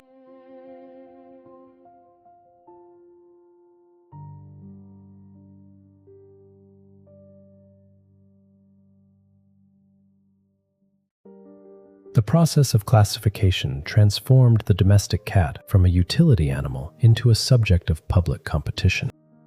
On a summer day in the year 1871, Londoners gathered at the Crystal Palace to view the first major cat show. This structure was made of cast iron ribs and large sheets of plate glass. Underneath the glass roof, organizers arranged cages in long, orderly rows. Harrison Weir, an illustrator who studied animal anatomy, organized the event. He drew up the initial rules and categories for the exhibition. The catalog divided the animals by their sex, the length of their coats, and their markings. Among the entries were long-haired cats from Asia, then commonly called Angoras or Persians. Visitors also viewed short-haired tabbies with dark stripes against gray fur. The judges did not assess the ability of the animals to hunt rodents. Instead, the judges evaluated the symmetry of the head, the clarity of the eye color, and the texture of the fur. Newspapers reported on the gathering with a mixture of amusement and curiosity. The event changed the public perception of the animal. By placing the cat in an exhibition hall alongside steam engines, organizers made the pet a symbol of modern domestic life. Victorian breeders applied the principles of selective breeding to establish distinct feline varieties. Before this period, owners described cats by simple colors like black, white, or tortoiseshell. The new breeders selected animals with specific physical traits and mated them over several generations. To create the British Shorthair, breeders selected stocky local cats with dense blue-gray coats.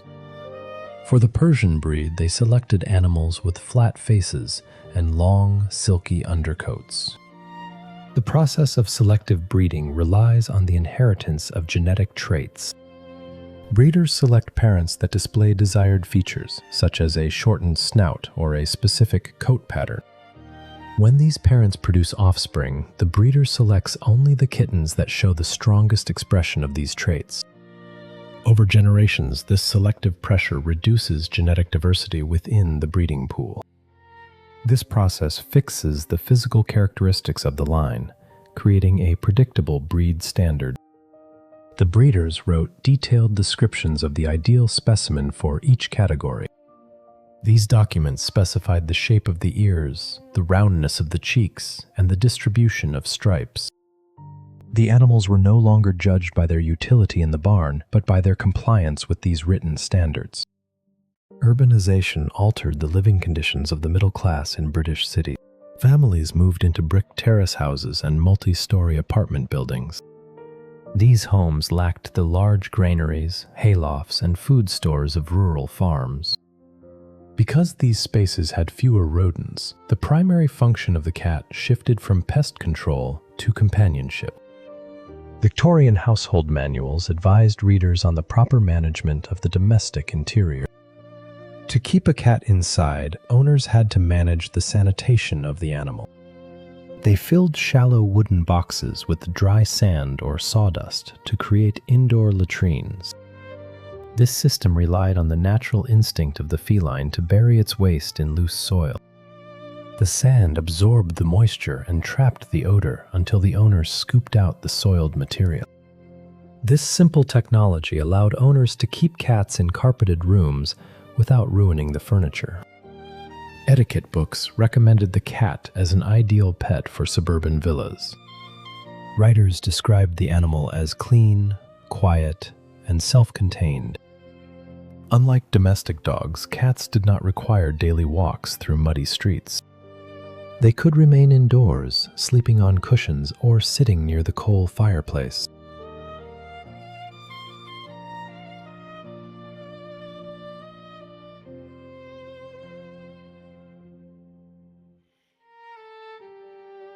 The shift in status led to the creation of the first charities dedicated to feline welfare.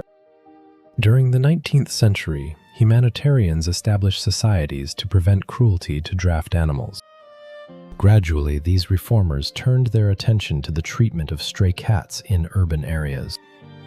Activists printed pamphlets that described the physical sensitivity of felines to cold, hunger, and pain.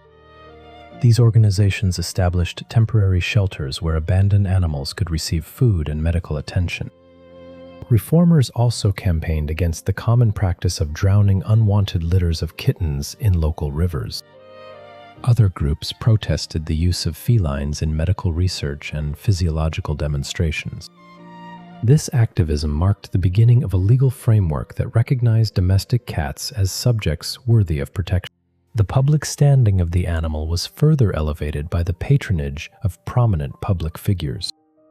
Queen Victoria kept several felines at her estates and spoke publicly of her affection for them. The royal favor made cat ownership a fashionable pursuit among the wealthy classes. Writers also contributed to this shift in reputation. Charles Dickens kept a deaf white cat named William, which he renamed Williamina after it gave birth to kittens in his study. The animal sat on his desk as he wrote, occasionally extinguishing his candle with its paw to attract his attention. Writers also contributed to this shift in reputation. Charles Dickens kept a deaf white cat named William, which he renamed Williamina after it gave birth to kittens in his study. The animal sat on his desk as he wrote, occasionally extinguishing his candle with its paw to attract his attention. After Williamina died, Dickens had one of her paws taxidermized and mounted onto an ivory letter opener. This practice of keeping a physical piece of a dead companion was common in the 19th century. Across the Atlantic Ocean, Mark Twain kept dozens of cats at his home in Connecticut. He gave his pets long, complex names like Apollinaris, Beelzebub, and Buffalo Bill. Twain wrote about their habits in his journals and spoke of their intelligence in public lectures. Because the public viewed Twain as a shrewd observer of human behavior, his affection for the animals helped make pet ownership respectable. People began to view the domestic feline as an individual creature with its own personality rather than an anonymous utility. This change in status required new methods of daily care. For centuries, household felines obtained food by hunting rodents or consuming kitchen waste. The rise of industrial cities meant fewer people kept livestock or processed meat at home. Dog owners could buy pressed biscuits made from flour, beetroot, and animal fat. Manufacturers realized they could sell similar products to people who kept felines indoors. These early commercial foods were dry kibbles made from cereal grains and dried meat meal. The ingredients were mixed, shaped into small biscuits, and baked until completely dry. This baking process removed moisture, preventing the growth of mold and bacteria during storage. The dry biscuits required the animal to chew, which helped clean plaque from its teeth. Felines, however, are obligate carnivores and struggle to digest large amounts of plant starch. These early foods were poor substitutes for fresh meat, but they established the concept of commercial pet food. Keeping an animal entirely indoors also required a solution for waste. Owners could not always let their pets outside into busy, paved city streets. People filled shallow wooden boxes with dry sand, garden soil, or coal ashes from the fireplace.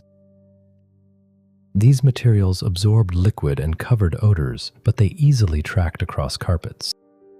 The dust from coal ash also soiled the fur of the animals as they dug. To support this indoor lifestyle, merchants began selling leather collars, brass bells, and wire grooming brushes. The bell warned songbirds of the predator's approach, while the brush removed loose undercoat fur. This undercoat consists of short, dense hairs that trap warm air next to the skin. The longer guard hairs on the outside protect the undercoat from moisture. Regular brushing prevented these two layers from tangling into tight mats. Victorian painters began depicting these groomed animals in domestic settings. Canvas after canvas showed felines sleeping near coal grates, resting on velvet cushions or playing with yarn. These images reinforced the idea that the home was a sanctuary of comfort, separate from the dirty factories outside. The animal became a symbol of domestic peace. This domestic ideal led to the formalization of breeds through written registries. In Great Britain, enthusiasts formed clubs to draft standards for different types of felines. They recorded the parentage of kittens in leather-bound stud books, tracking generations of ancestry. To register a pedigree, a breeder wrote down the name, color, and birth date of each kitten. The breeder also recorded the registered names of the sire and the dam. The club secretary copied this information into a central registry book. By tracing these lines, breeders could select for specific physical traits, such as the long blue-gray coat of the Russian blue. This system turned the domestic feline into a product of deliberate genetic selection.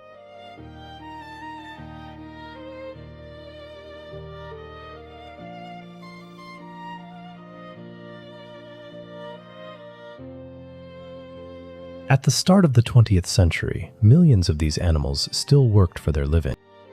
They patrolled grain elevators, guarded cargo on steamships, and cleared rats from coal mines. When war began in Europe in 1914, soldiers brought these working animals into the conflict. Felines entered the muddy trenches of the Western Front almost immediately. The damp dirt walls and wooden support beams of the trenches attracted large numbers of brown rats. These rodents fed on discarded army rations, horse carcasses, and waste. The rats chewed through communication wires, spoiled food supplies, and carried lice that spread trench fever. Soldiers welcomed felines into their dugouts to hunt these pests. The military did not officially issue these animals to the troops at first. Instead, stray cats wandered into the trenches from abandoned French and Belgian farms. Soldiers adopted them, sharing their rations of corned beef and hard biscuits. To survive in these damp, underground shelters, the animals relied on their specialized paws. A feline paw contains sweat glands on the hairless pads of the toes. These glands secrete moisture that improves traction on slick mud or wooden duckboards. The claw itself is made of hard keratin sheets that grow over a central quick containing blood vessels. When the animal is relaxed, elastic ligaments pull the claw back into a sheath of skin. This prevents the claw from scraping against the ground, keeping the tip sharp for hunting. To extend the claw, the animal contracts the flexor muscles in its leg. This action pulls the tendon tight, rotating the distal phalanx bone downward and pushing the claw out of its sheath. This mechanism allowed trench cats to climb steep dirt walls and catch rats in the dark. In the damp trenches of Europe, soldiers found comfort in the steady vibrations of feline purrs. A small cat sleeping on a wooden bunk provided a contrast to the mud and the artillery fire. At sea, naval authorities recognized these animals as essential crew members. Merchant vessels and battleships carried them to protect dry rations from rodents. On a standard military vessel, the ship cat patrolled the lower decks where grain and biscuits were stored in wooden barrels. These barrels were vulnerable to rats, which chewed through the oak staves to reach the food. A single pair of rats could destroy a ship's entire food supply during a long crossing. The cat hunted by waiting near the dark corners of the bilge, using its sensitive whiskers to detect movements in the narrow spaces between the hull planks. Naval ships used copper sheathing on their wooden hulls to prevent marine wood borers from destroying the timber. Below decks, the sailors built wooden racks to keep food barrels away from the damp bilge water. The cat patrolled these racks, squeezing through gaps that no human could reach. By keeping the rodent population down, the cat also protected the ship's electrical wiring from being gnawed. This prevented short circuits that could lead to fires on wooden ships. During the global conflict of the 1940s, these animals followed soldiers into steel submarines and concrete bunkers. Families living in bombed cities shared their scarce food rations with neighborhood cats. In the desert heat of North Africa, soldiers named their feline companions and recorded their daily habits in diaries. The presence of a cat provided a familiar routine amid the noise of modern warfare.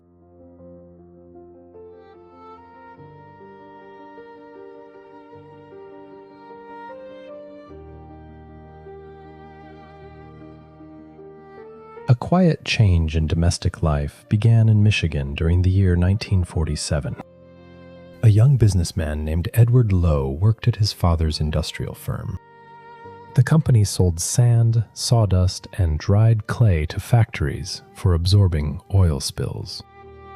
A neighbor named Kay Draper visited the office, seeking sand for her pet box. Her cat used a tray filled with wood ashes, which left gray tracks across her clean floors. Lowe did not have clean sand available in the warehouse. Instead, he offered her a bag of kiln-dried clay known as Fuller's Earth. This material consisted of clay minerals that had been processed through a rotary dryer. The intense heat of the dryer removed all moisture, leaving a highly porous, granulated clay. When Draper returned a few days later, she requested more of the material because it absorbed the liquid without tracking dust through her home. The absorption process relied on the physical structure of the clay particles. Fuller's Earth contains montmorillonite, a mineral with microscopic layers that expand to trap water molecules. The clay granules drew liquid into their internal structure through capillary action, preventing the formation of mud. The mineral layers also trapped the nitrogen compounds that caused unpleasant odors. This kept the air in the room fresh without the need for constant washing. Lowe realized the potential of this product and began packaging it in small bags labeled with the name Kitty Litter. Before this development, keeping a cat indoors required a constant supply of sand or sifted ashes. Many owners preferred to let their pets roam outside to avoid the odor. The new clay granules allowed people in high-rise apartments and cold climates to keep cats indoors permanently. The shift to indoor living accelerated with the growth of suburban neighborhoods after the Second World War. Families moved away from crowded city centers into single-family houses with lawns and paved driveways. The traditional barn cat transitioned to the backyard, while the alley cat became a neighborhood fixture. Inside the home, pets spent their days on carpeted floors and warm television sets. The construction of these suburban homes changed the environment for domestic animals. Houses featured large picture windows that allowed indoor cats to observe birds without leaving the heated living room. The heating systems in these houses relied on coal-fired boilers or oil furnaces that warmed the floor. Cats gravitated to these warm surfaces, spending hours asleep near the iron radiators. At the same time, the field of veterinary medicine began to change its focus. Early in the century, veterinarians primarily treated working horses and farm livestock. As more people kept cats as indoor companions, the demand for feline medical care increased. Researchers began to study feline physiology, recognizing that cats had different nutritional and medical needs than dogs. Scientists developed vaccines for common feline diseases such as panleukopenia and leukemia. These vaccines worked by introducing weakened pathogens into the animal's immune system, allowing it to produce antibodies without falling ill. The introduction of these treatments lengthened the lifespan of the average house cat. As the indoor cat population grew, cities faced a rise in the number of stray animals. Local shelters could not handle the volume of unwanted litters. Animal welfare organizations began advocating for surgical sterilization to control the population. Over the decades, spaying and neutering became the standard practice for pet owners. The surgical procedures prevented reproduction by removing the reproductive organs under general anesthesia. For female cats, the veterinarian performed an ovariohysterectomy, removing the ovaries and uterus through a small abdominal incision. This procedure stopped the production of hormones that caused seasonal heat cycles. For male cats, the procedure involved removing the testes, which reduced territorial marking and roaming behaviors.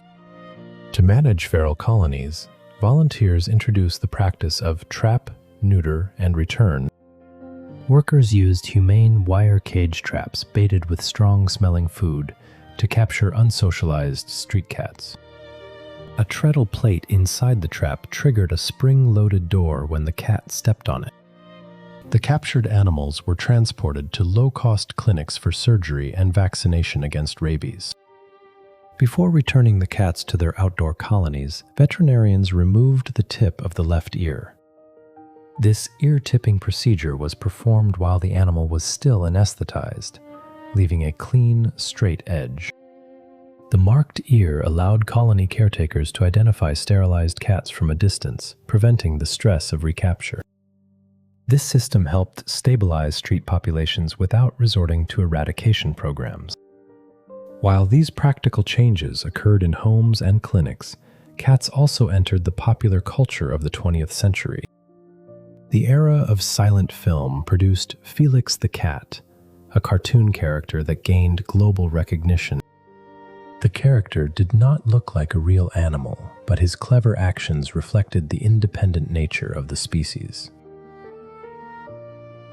The animated drawing of the cat did not look like a real animal, but his clever actions reflected the independent nature of the species.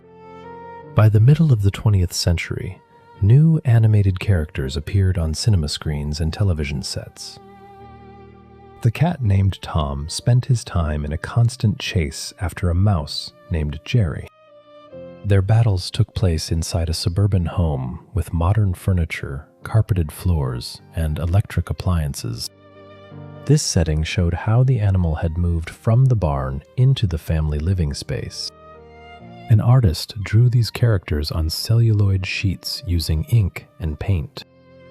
To create the illusion of movement, the studio photographed 24 drawings for every second of film.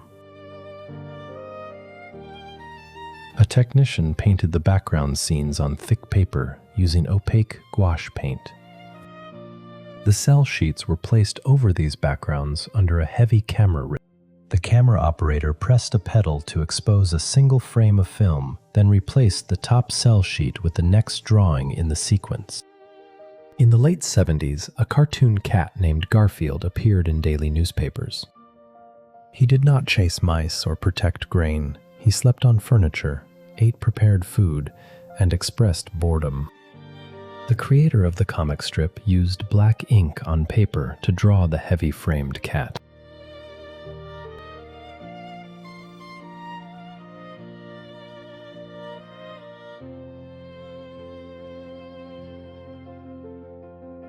Millions of people bought coffee mugs, clothing, and small toys bearing his image. The animal was no longer valued for physical work. He had become a symbol of household leisure. Scientists began to study the behavior of domestic felines with greater detail during the late 20th century. For many years, researchers had focused their attention on dogs and laboratory rodents. They often described the cat as an animal that could not be trained. This view changed when observers began to watch colonies of cats in cities and rural areas. They discovered that these animals developed flexible social systems. Female cats lived in groups and helped raise the kittens of other females. They shared nesting sites and defended their territory against intruders. Unrelated cats gathered near places where humans left food. They did not hunt in packs like dogs, but they established systems of sharing space. The sound of the purr became a subject of physical measurement. The mechanism of the purr begins in the brain of the cat. A neural oscillator sends rhythmic messages to the muscles of the larynx. These muscles twitch at a rate between 25 and 150 vibrations per second. The air passes across the vocal cords during both inhalation and exhalation. This movement creates the low, continuous vibration. Researchers used microphones to record cats in different states of health.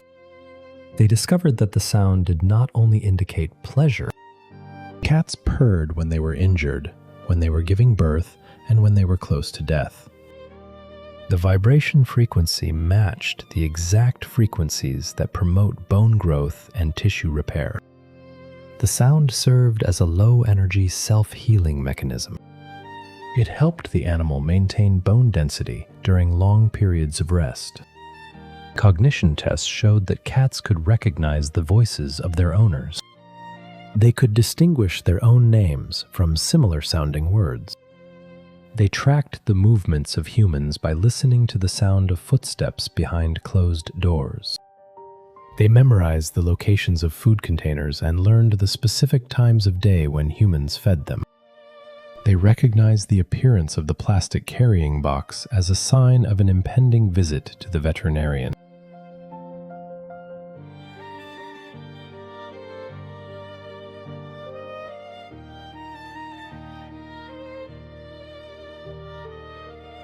A debate grew concerning the safety of allowing cats to roam outdoors. For thousands of years, the animal had moved freely between fields and houses. In modern cities, roads with fast cars and high-rise buildings increased the risk of injury. Vets reported that indoor cats lived longer than those that roamed the streets. The indoor animals avoided infections, parasites, and fights with other predators. Ecologists measured the impact of hunting on local wildlife. In many regions, domestic cats killed small birds and rodents in large numbers. The problem was severe on islands where native species had not evolved defenses against feline hunters.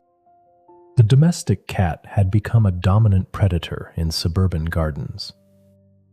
Some owners built outdoor enclosures known as catios to solve this problem. These structures used wood frames covered in wire mesh. The mesh was made of galvanized steel wire with openings small enough to prevent a cat from escaping or a bird from entering. The owner attached the enclosure to a house window.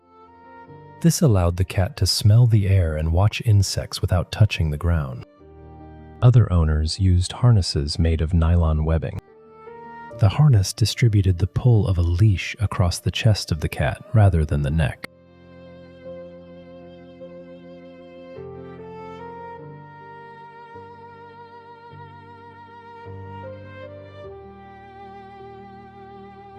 The domestic cat moved from the physical home into the digital world at the end of the century.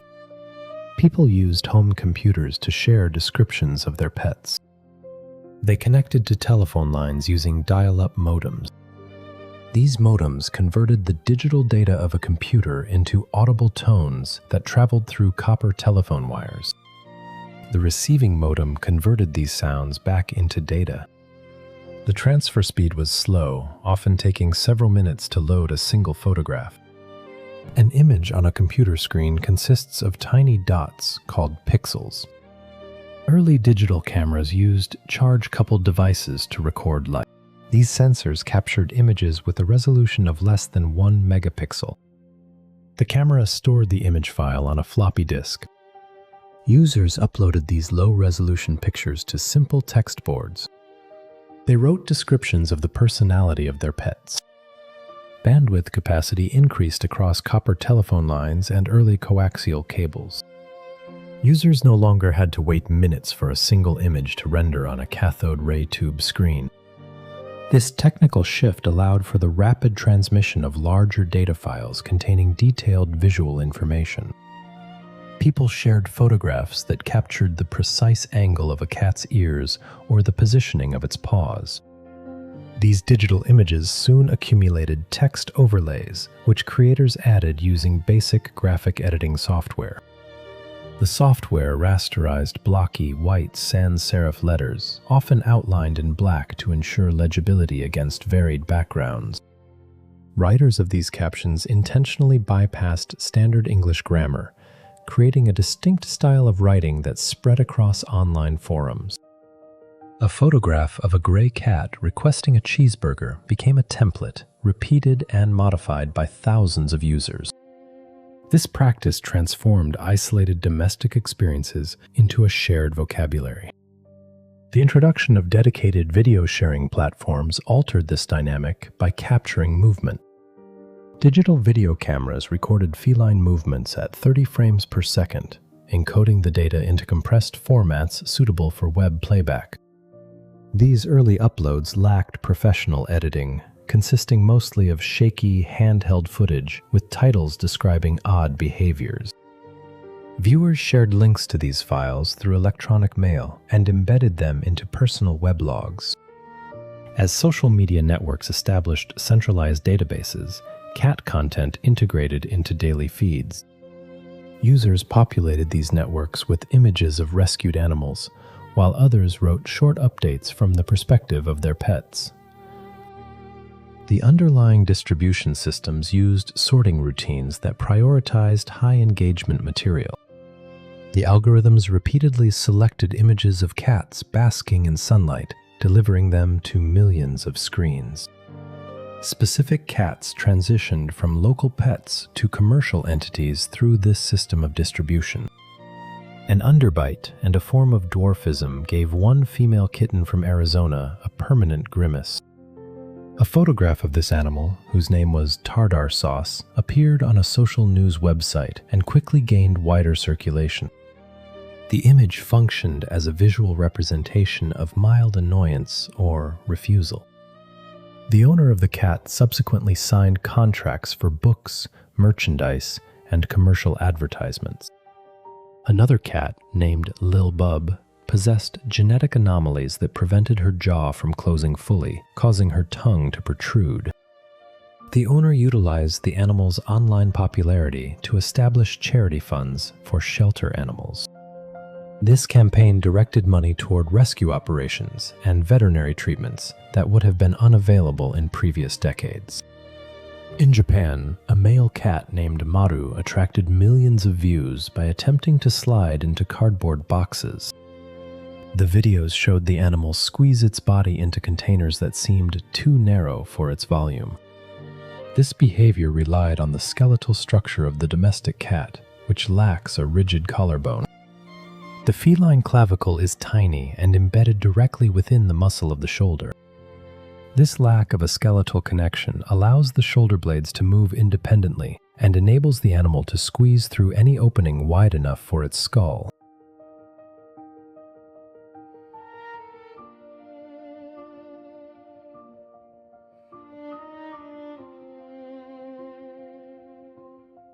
Researchers began investigating the psychological reasons behind the popularity of these videos. When a person views an animal with a large head, round face, and prominent eyes, the brain initiates a specific neurological response. This reaction occurs in the mesocortical limbic system, which is the neural pathway associated with reward and motivation. The brain releases dopamine, a neurotransmitter that generates feelings of pleasure and encourages protective behavior. This response is an evolutionary mechanism designed to ensure the survival of human infants who share these physical proportions.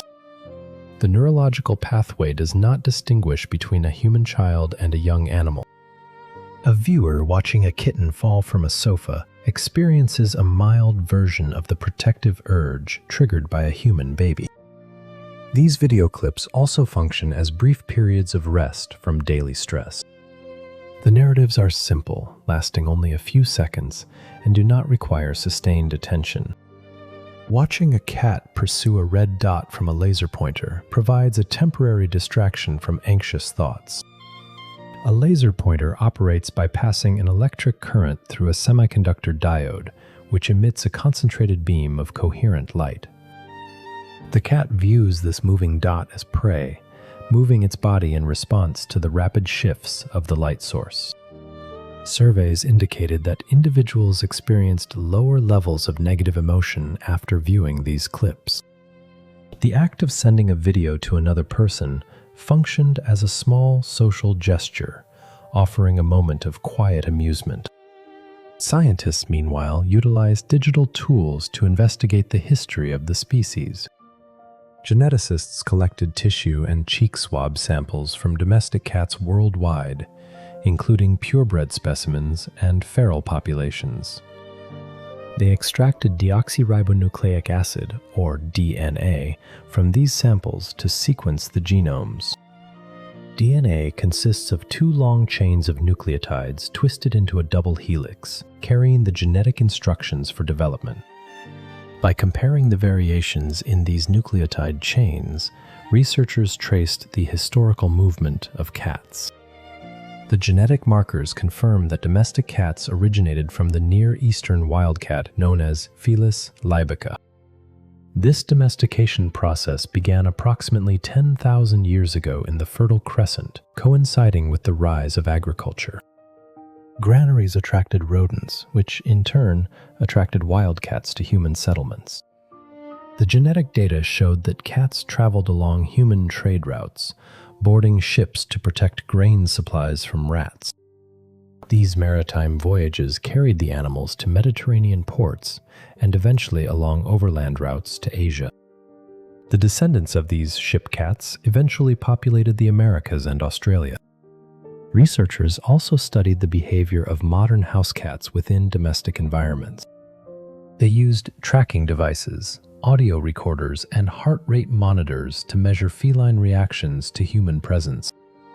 The data indicated that cats monitor their owners' daily routines and vocal patterns. A cat recognizes the specific sound frequency of its owner's voice and can distinguish its own name from other words.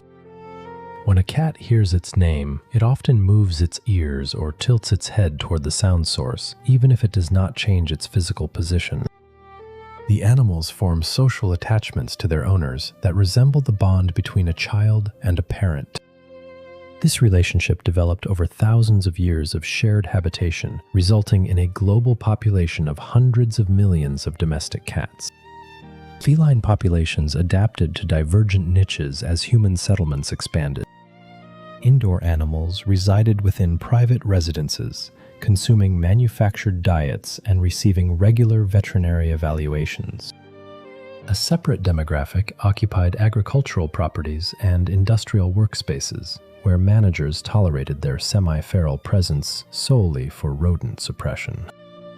The remaining animals inhabited interstitial urban environments, including alleyways, shipping docks, vacant parcels, and public parks.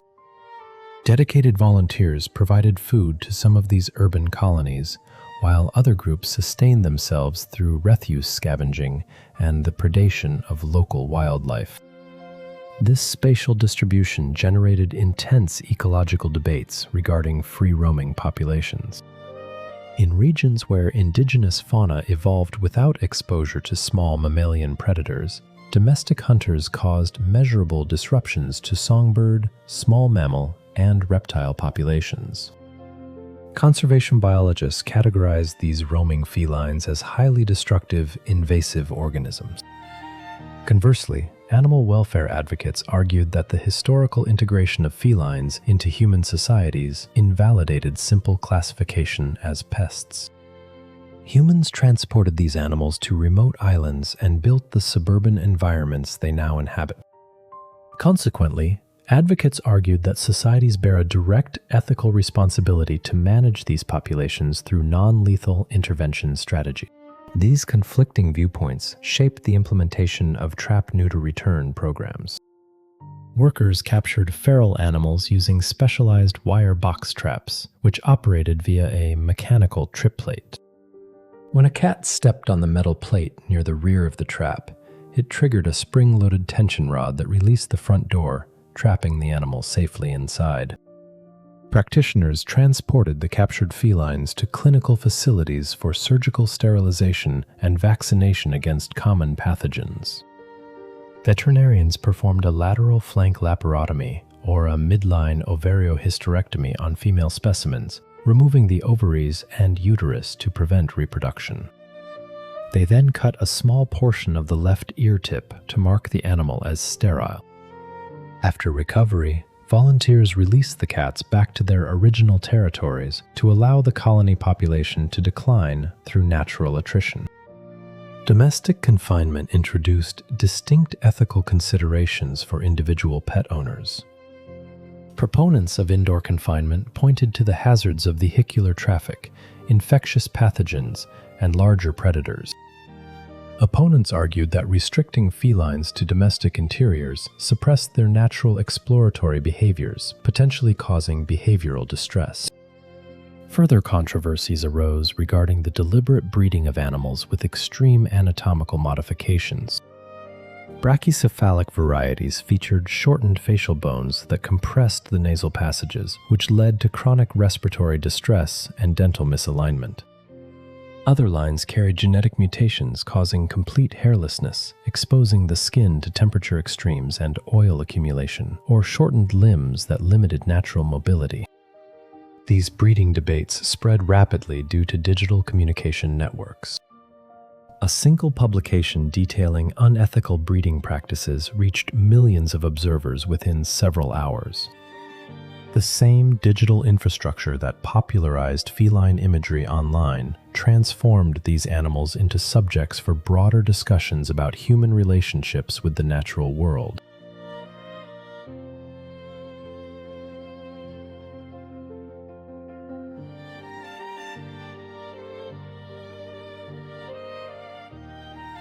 During the global health emergency of 2020, domestic isolation altered these relationships further. Public health mandates forced populations to remain inside their homes, which led to widespread social isolation. Individuals turned to digital interfaces to maintain contact with workplaces and social networks. In response to this isolation, domestic adoptions of companion animals increased significantly. Animal shelters processed unprecedented volumes of adoption applications, exhausting their supplies of available kittens. Long-term shelter residents, including older animals and those with chronic medical conditions, found permanent placement during this period. Felines quickly integrated into the remote working routines of their owners. Animals frequently walked across keyboards during video conferences, disrupting business meetings and providing amusement to participants.